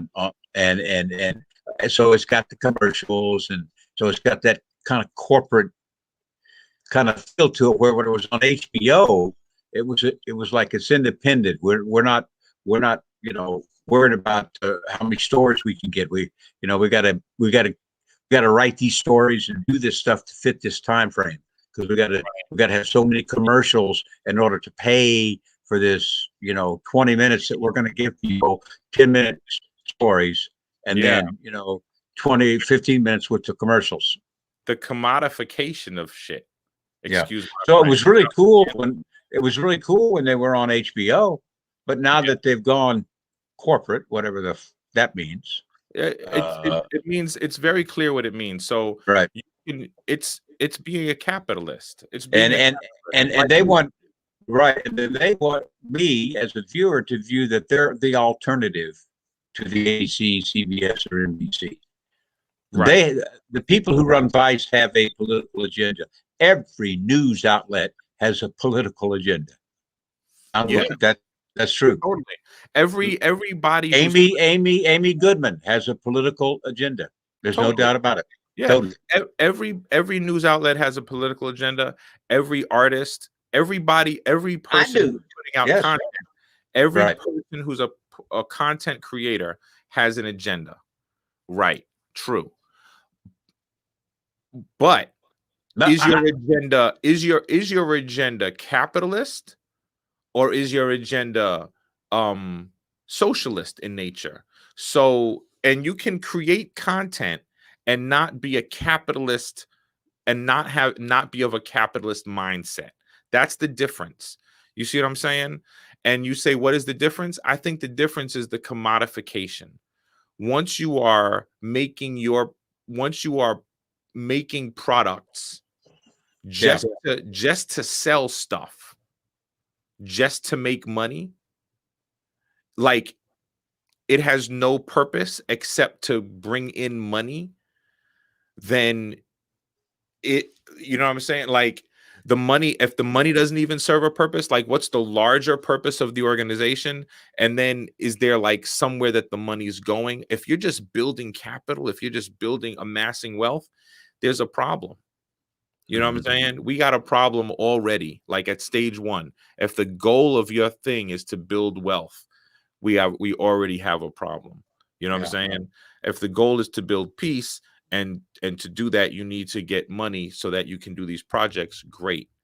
But if your goal is to get wealth, well, then that's, you know what I'm saying? That doesn't serve me. I can't work with you. That's how I operate as an artist. That's how I operate as a human being. If your goal is to create art, you know what I'm saying, for a larger purpose, then we can have a conversation and probably work together. That's how I get down. And that's what I see as. Like, I have a website and I have products out there, you know, but you don't see me selling them. I'm not pushing, and I don't create products and box up and package them for the purpose of selling them to make money. I have music that's available, and if people want to access it, they have access to it in digital format, you know. And I know, as a salesperson, I should be making box sets and gift packages and t-shirts and stickers and products, and but I feel like I'd be filling up the world with stuff, and I honestly don't want to. I got plenty of stuff. It's gross to me.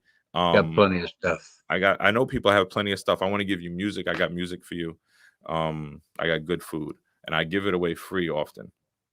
So, shit, I don't know where to go with that. I guess I'll give you what I'll give you. I'll give you what you need, and Happy Rose, and we could probably wrap it up with a little more conversation. Then what's the point? Huh? Then what's the point? Amanda asked me, what's the point of not, I imagine. What's the point? For my music, because it comes. Well, what's the point of your music? Right. What's the point of making my music if I'm not packaging it in product and making it into and commodifying it? I think the point of my music is the music itself. Like, it's not about, we're in a world where you're not relevant if you're not a product. And I disagree so strongly with that. Like, I don't want to be a product, you know what I'm saying? Like I'm not I think I've branded myself very well. Like, if you go on, there's no Mega Scythe anywhere except me. You can't possibly get confused. If you look me up, you find me. So I've branded myself very well. I have, I've got a lot of VIT content out, and I'm putting out more content continuously. But my goal in life isn't to like make box sets of packages so that people can give me their money. Yeah. I've worked with DJs and producers, and so like I can't just give my music away for free, you know? So my music has to be sold so that when I make sales, I can break my producers off. You know what I'm saying? I need to break through so that I can give them what they're due and what their, you know what I'm saying, what their just due is. And so that's why my music's not free. And I don't think my time and my music should be free, and I don't think art should be free. I don't like the mainstream model, the new model that's out, or that was out, tried a few years ago, where people give music away, is like, forget that, man. That's my creative content. That's my right to own. There's nothing wrong with a person paying for it, because it's unique. You know what I'm saying? And that in itself, and it's a person's time and energy, and it takes a lot of time to make a really good song. So it should be paid for, and that's totally right. Labels are wicked. Labels are evil. They rape artists. They steal from artists. So I'm independent, and I always will be. I've heard some real horror stories with labels. taking somebody that and filling them up with a lot of stuff that they can do, and and then start, plugging them with the money. The And word is powerful, brother. yeah, yeah. And the next thing you know, you really ain't making the money you thought you'd making. And then some of these record labels will go through, they'll run through people, 15, 20 people, hoping to get that one that pays for all the rest of them. Yep. That's my understanding anyway. That's exactly how they do it. But that's what I've been told of friends who are in the recording business that are trying to make a living, but they don't want to make a killing. Brother, that is exactly how they do it. And it's an evil system. They like you if you're younger, because if you're younger, they can mold you easier. You know what I'm saying? Yeah. They can get you to believe all their lies and to put out the type of music that they want you to put out. There's multiple stories of it by this time and age. You know what I'm saying? Like Most Def, now Yasin Bey. I mean, multiple people, countless people have talked about it. The artist formerly known as, and across genres too. It's not just hip hop and R&B. It's all genres. It just happens to be the ones that I know best. Well, there's this thing that's been out about 10 years, the Americana genre, and how it first started out to be like alternative country. It had a country beat, but the lyrics tend to be more philosophical, more maybe more to the left of things. But out of that has grown this whole genre now called Americana, which actually, as we talked last week, it does include rap, and it can include anything. It's music of America is how I see it. But not so much the music of the 40s or 50s, but more of the singer-songwriter stuff. Although they're like any other genre, they do covers, and that kind of stuff too. Artists do of all kinds. But it's kind of like I read an autobiography of Willie Nelson, and it was actually not autobiography. It was part of a music out of Nashville. And when these cats went to Nashville, of course, they had to they had to sell their soul in order to try to get into the music biz.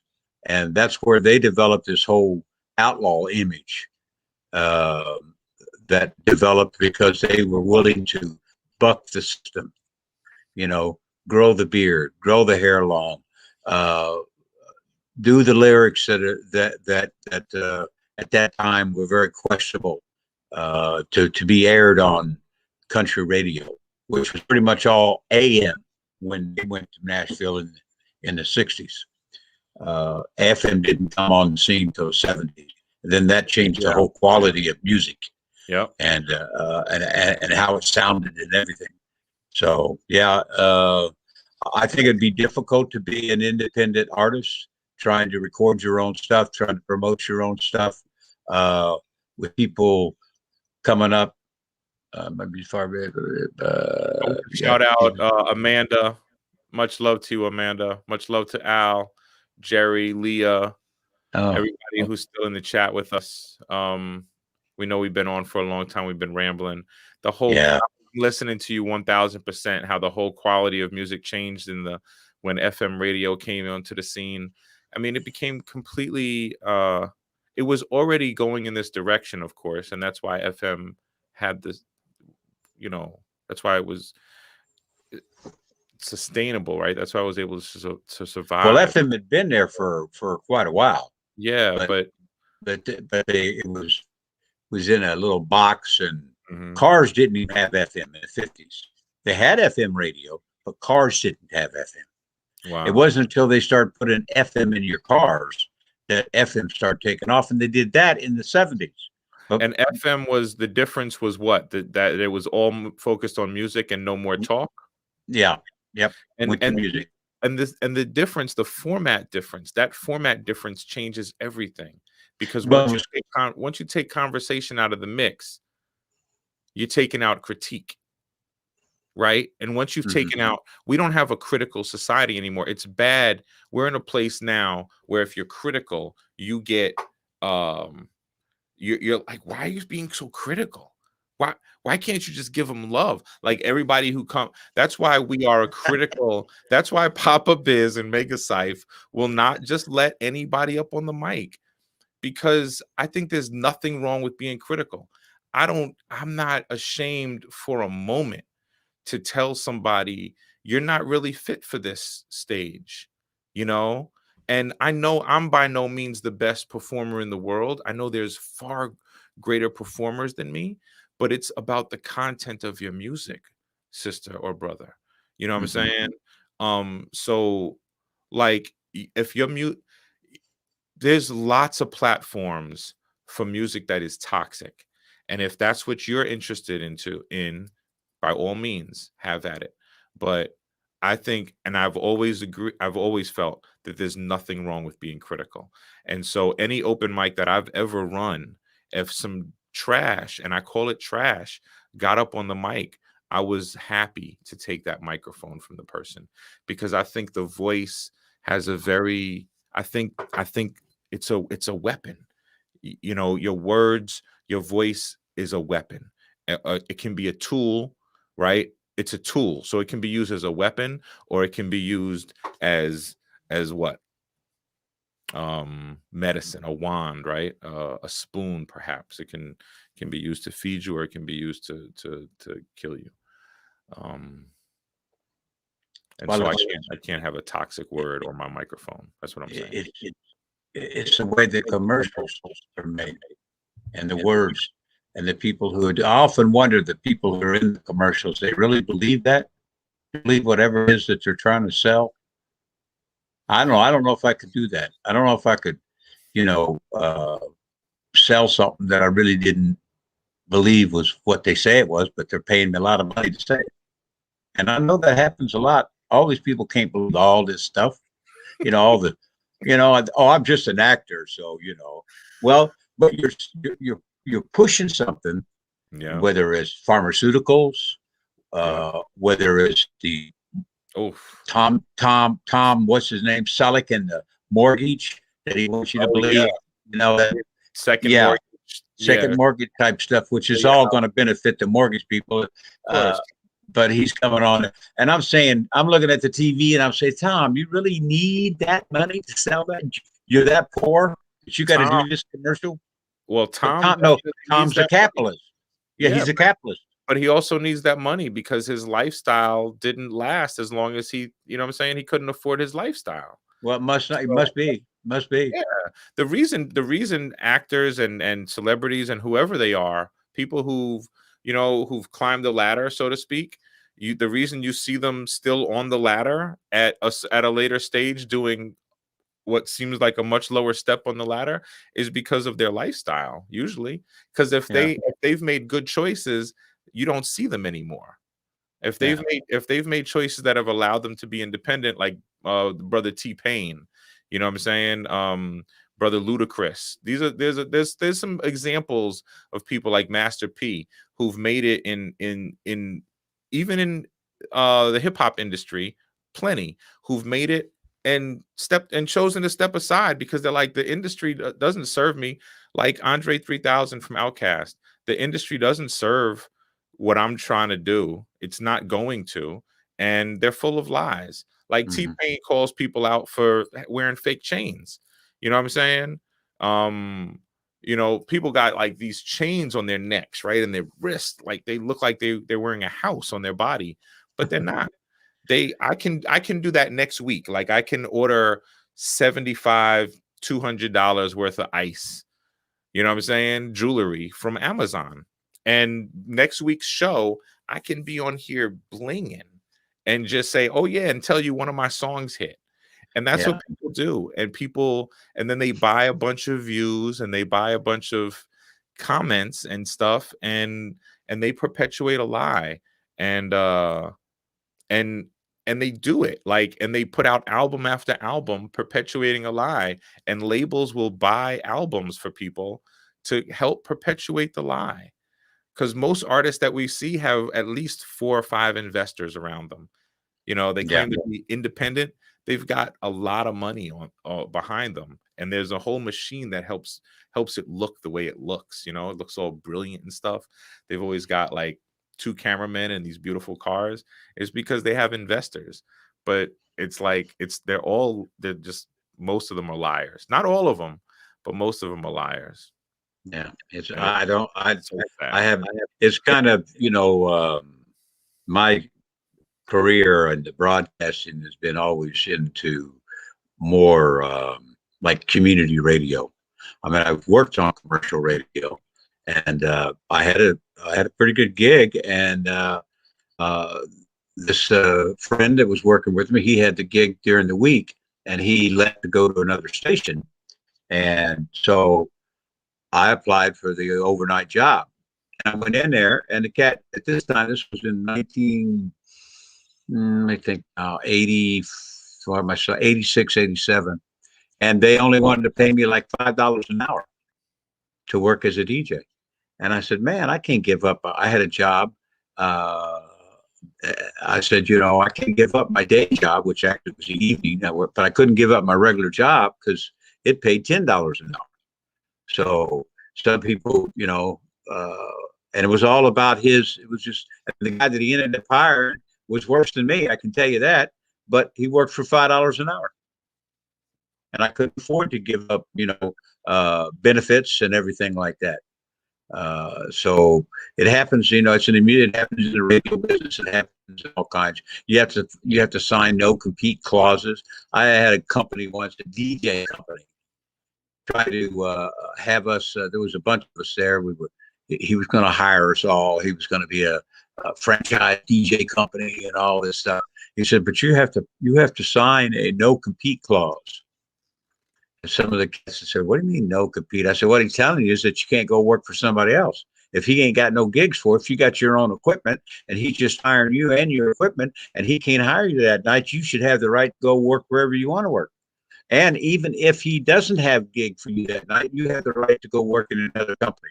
Right. He's just trying to lock it in and do his thing and try, come off with this. Well, I'm going to build a gigantic DJ kilometer. We're going to be all over, the country. Blah blah blah blah. And I said, yeah, right. Well, I'll see what happens in a year or two. Bye bye. So yeah, and when I retired, I wanted to DJ. And brother, I didn't want to make a lot of money DJing. I wanted to do things for nonprofits, for groups to help them raise money for whatever their cause was. I could never get anybody really to buy into it. They just, I don't know. I'd tell them, hey, my services are free. You ain't gonna charge you nothing. Just let me know what you want to do. And I'd finally stop asking, stop offering it. So that's when I decided to do my sidewalk radio thing. Yeah. And I don't care about getting any money on that either. I just want people to hear music. That's all. Brother, the whole dynamic has shifted it with like the late stage capitalism doesn't allow. Can you hear me? Am I clear? Yes. I was just looking at something on Facebook. So you were frozen. Okay. I thought it looked like you were trying to hear me.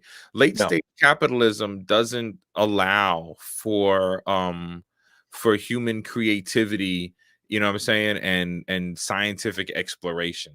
So it needs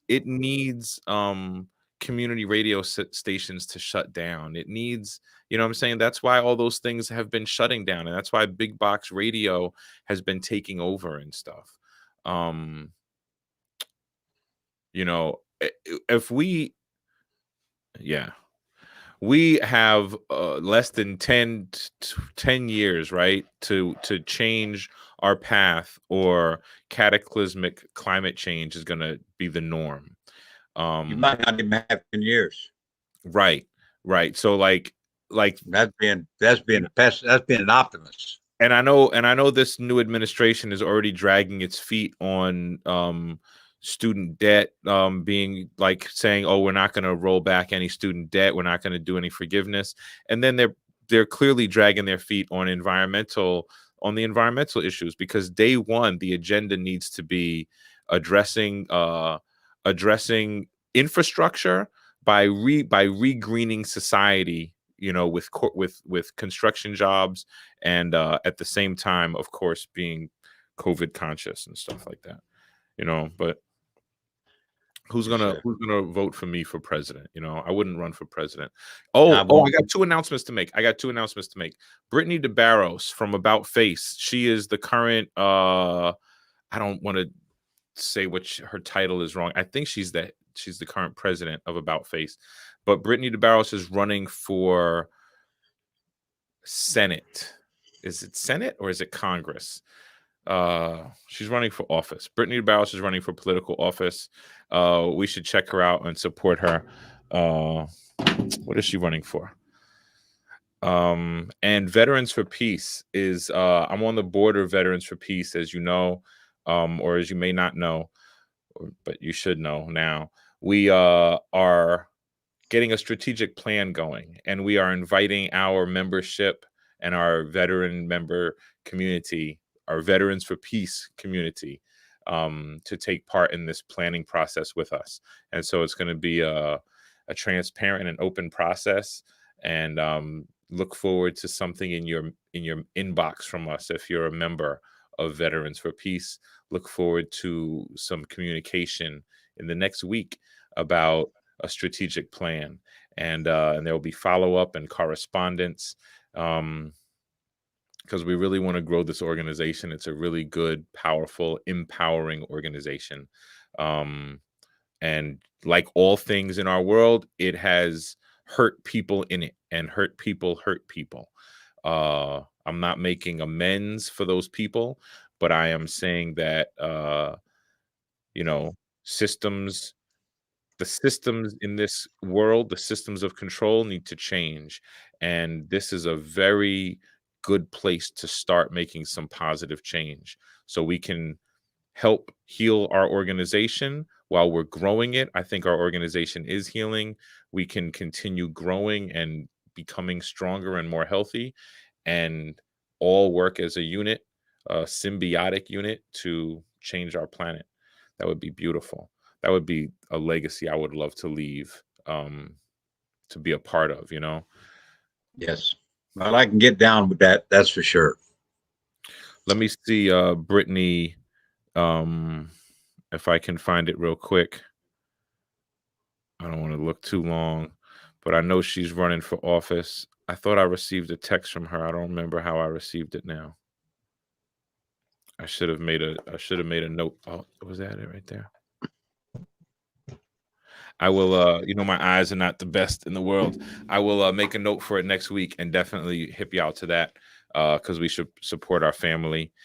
Yeah, let me do what you need, and Happy Rose, and we'll call it a night. How do you feel, Papa Biz? Do you want to say any good words?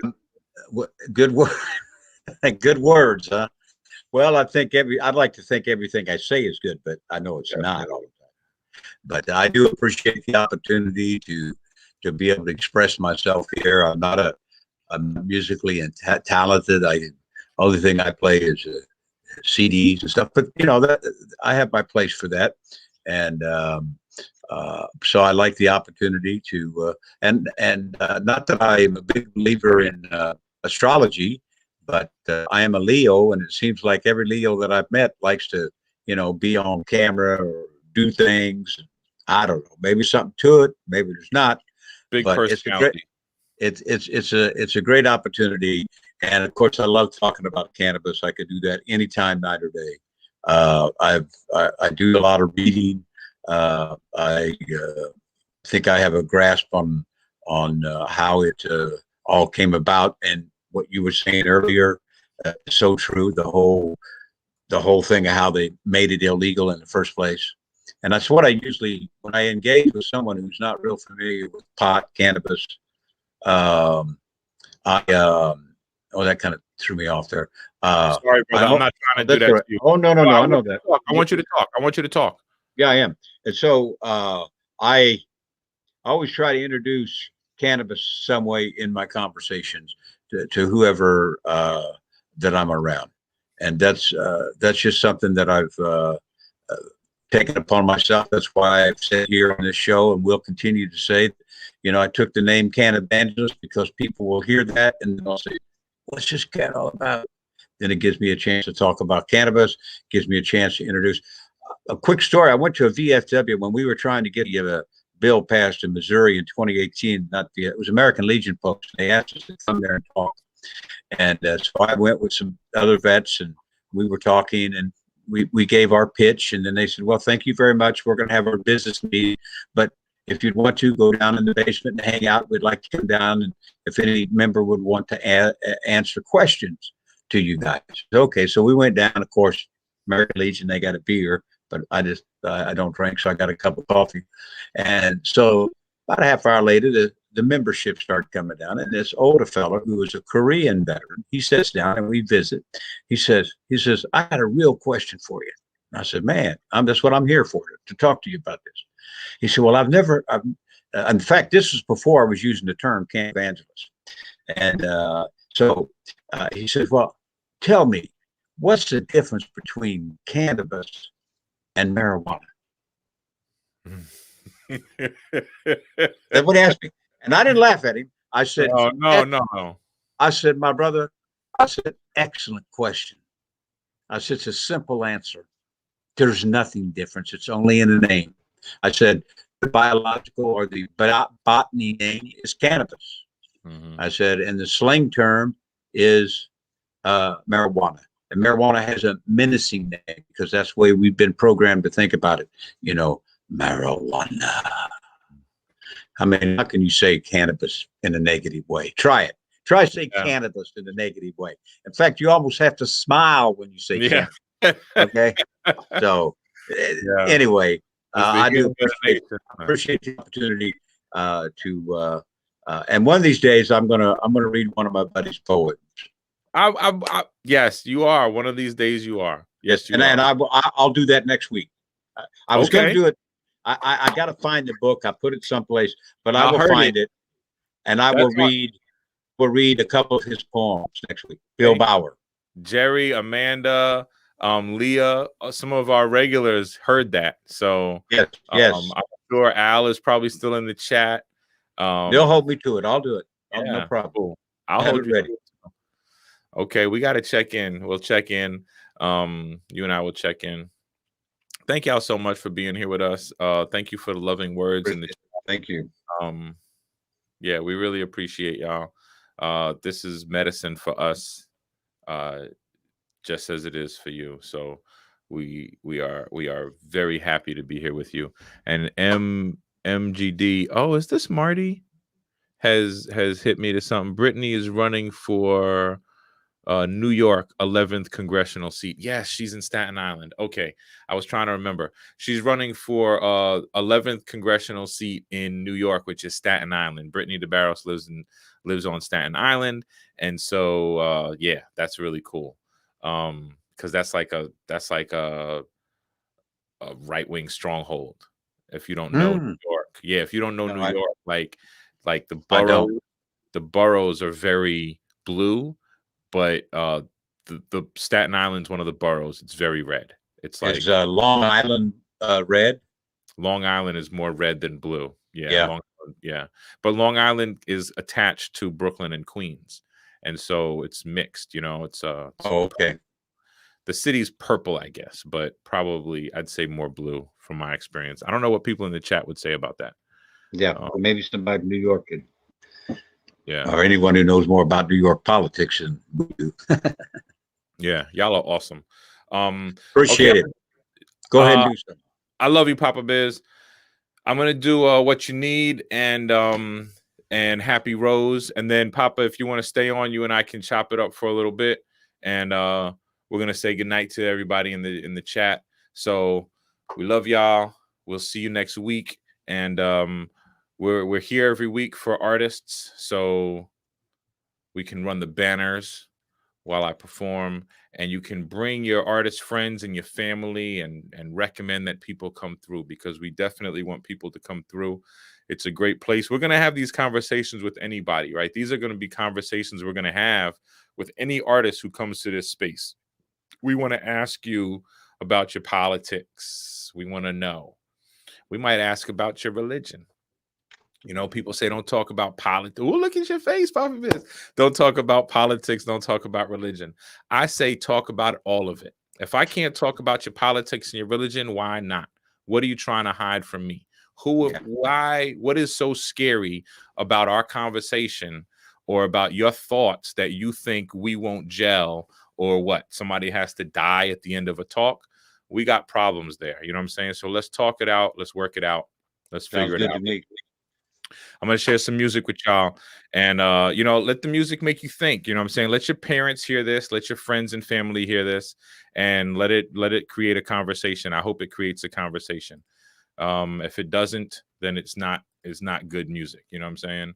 So let it create something. Let it flow. Let it be. Let's do it. Let's do, let me put these in order. Let me get rid of that. Here you go. So we'll do What You Need and then Happy Rose.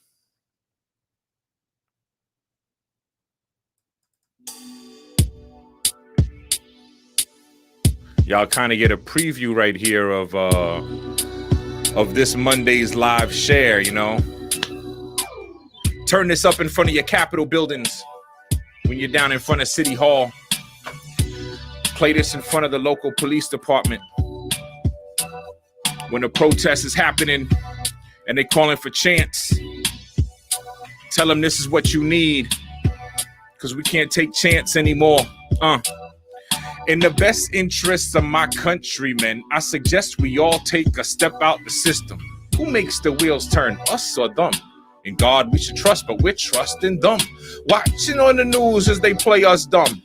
Whose information is more fun? I abstain from their propaganda like a nun. In meditation, my time is better invested, like PE and KRS. Fuck what the rest did. Ain't no rest for us ghetto kids. And society is built on the least privileged. And modern day slaves come from all races. So what do I have to say to get your support in the street for economic war? Like Martin Luther King, but we boycott all until that day we see the system fall. Don't try to tell me nothing. I won't front. That's my man Fred Quick on vocals. Don't try to tell me what you want, and I won't front.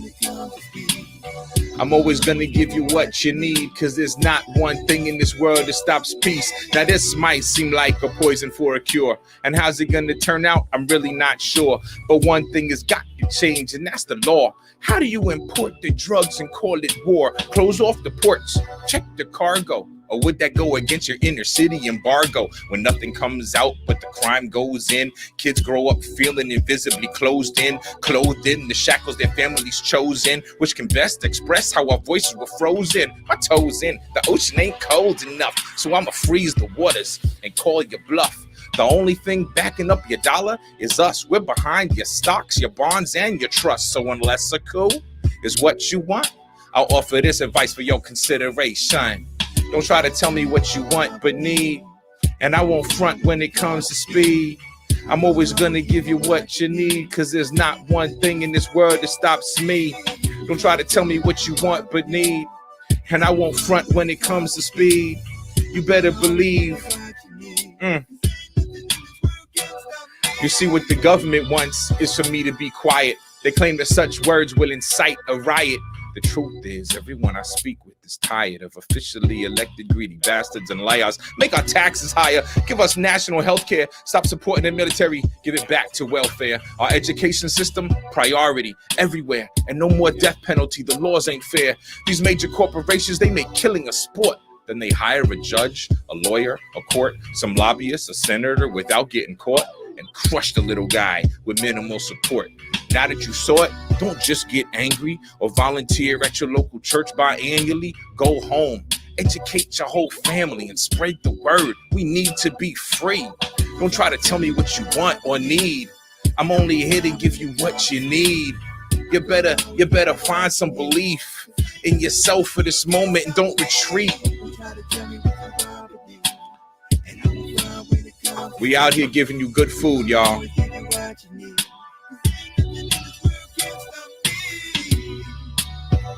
My cat woke up. He heard the word. He heard food. He woke up. He's hungry. You got to eat your food. Nothing in this world should move you. You should not be moved of or by this world. You should be in this world and not of this world. All right? Free yourself. Free yourself from the trappings, from the physical trappings of this world. Liberation. Human liberation is about more than a wealth and accumulation of goods. Human liberation is about finding truth, finding universal truth and sharing it with others. Peace, joy, happiness. Happy Rose. This is Code Switching. That was What You Need, produced by Fred Quick, 2006, the graduate program. This is Happy Rose. This is produced by James Data, 2017, Code Switching. Yeah. Woo! This day is like the last, you know it is gonna be. Humble man, run fast, get punished in front of me. I can't breathe or choked up, smoking this potently. Openly, you choking me, hoping I can't breathe. Eric Garner on the corner, Syrians crossing borders. Governors dirty water, this whole system's out of order. Fukushima, no more Hiroshima, no more Nagasaki. I can't take it no more, I need tequila and hot sake. The way these pigs rocky, I want to dance in the ashes, hello, to the lustful, giving wood all up in the Elohim. Pick this up, make it run out your mouth. A race of beings, ancient kings, presently the underclass, naming things, claiming history, board the mothercraft. Call the ancestors daily towards a simple life, free of the rat race. Do the math when the path of the righteous won't just lead us astray. May I have the time when corruption's not the way? When it's not Donald Trump that leads the free people, when true freedom means no beings can lead you. I beseech you, the truth of the people won't be silenced. Suppression of these shots fired, suffering the violence. From Rikers Island plantation to Pelican Bay, survivors of these race wars and slavery today. This day could be the last, emancipate away. Humble man, run fast, riding the light the way. Just a humble man riding. I'm riding here every Friday night with my man Papa Biz. Global Peace Open Mic, Veterans for Peace is what it is. From 8 p.m. to midnight. Come check in after you tuck in your kids. Maybe bring your kids because your kids need to hear this. Peace and love. See you next Friday. Peace, love. Manifest greatness this week. All right? Love you. Thank you. Thank you for being here. I will respond to your comments, and we look forward to seeing you next week. All right? Peace and love. Shine your light.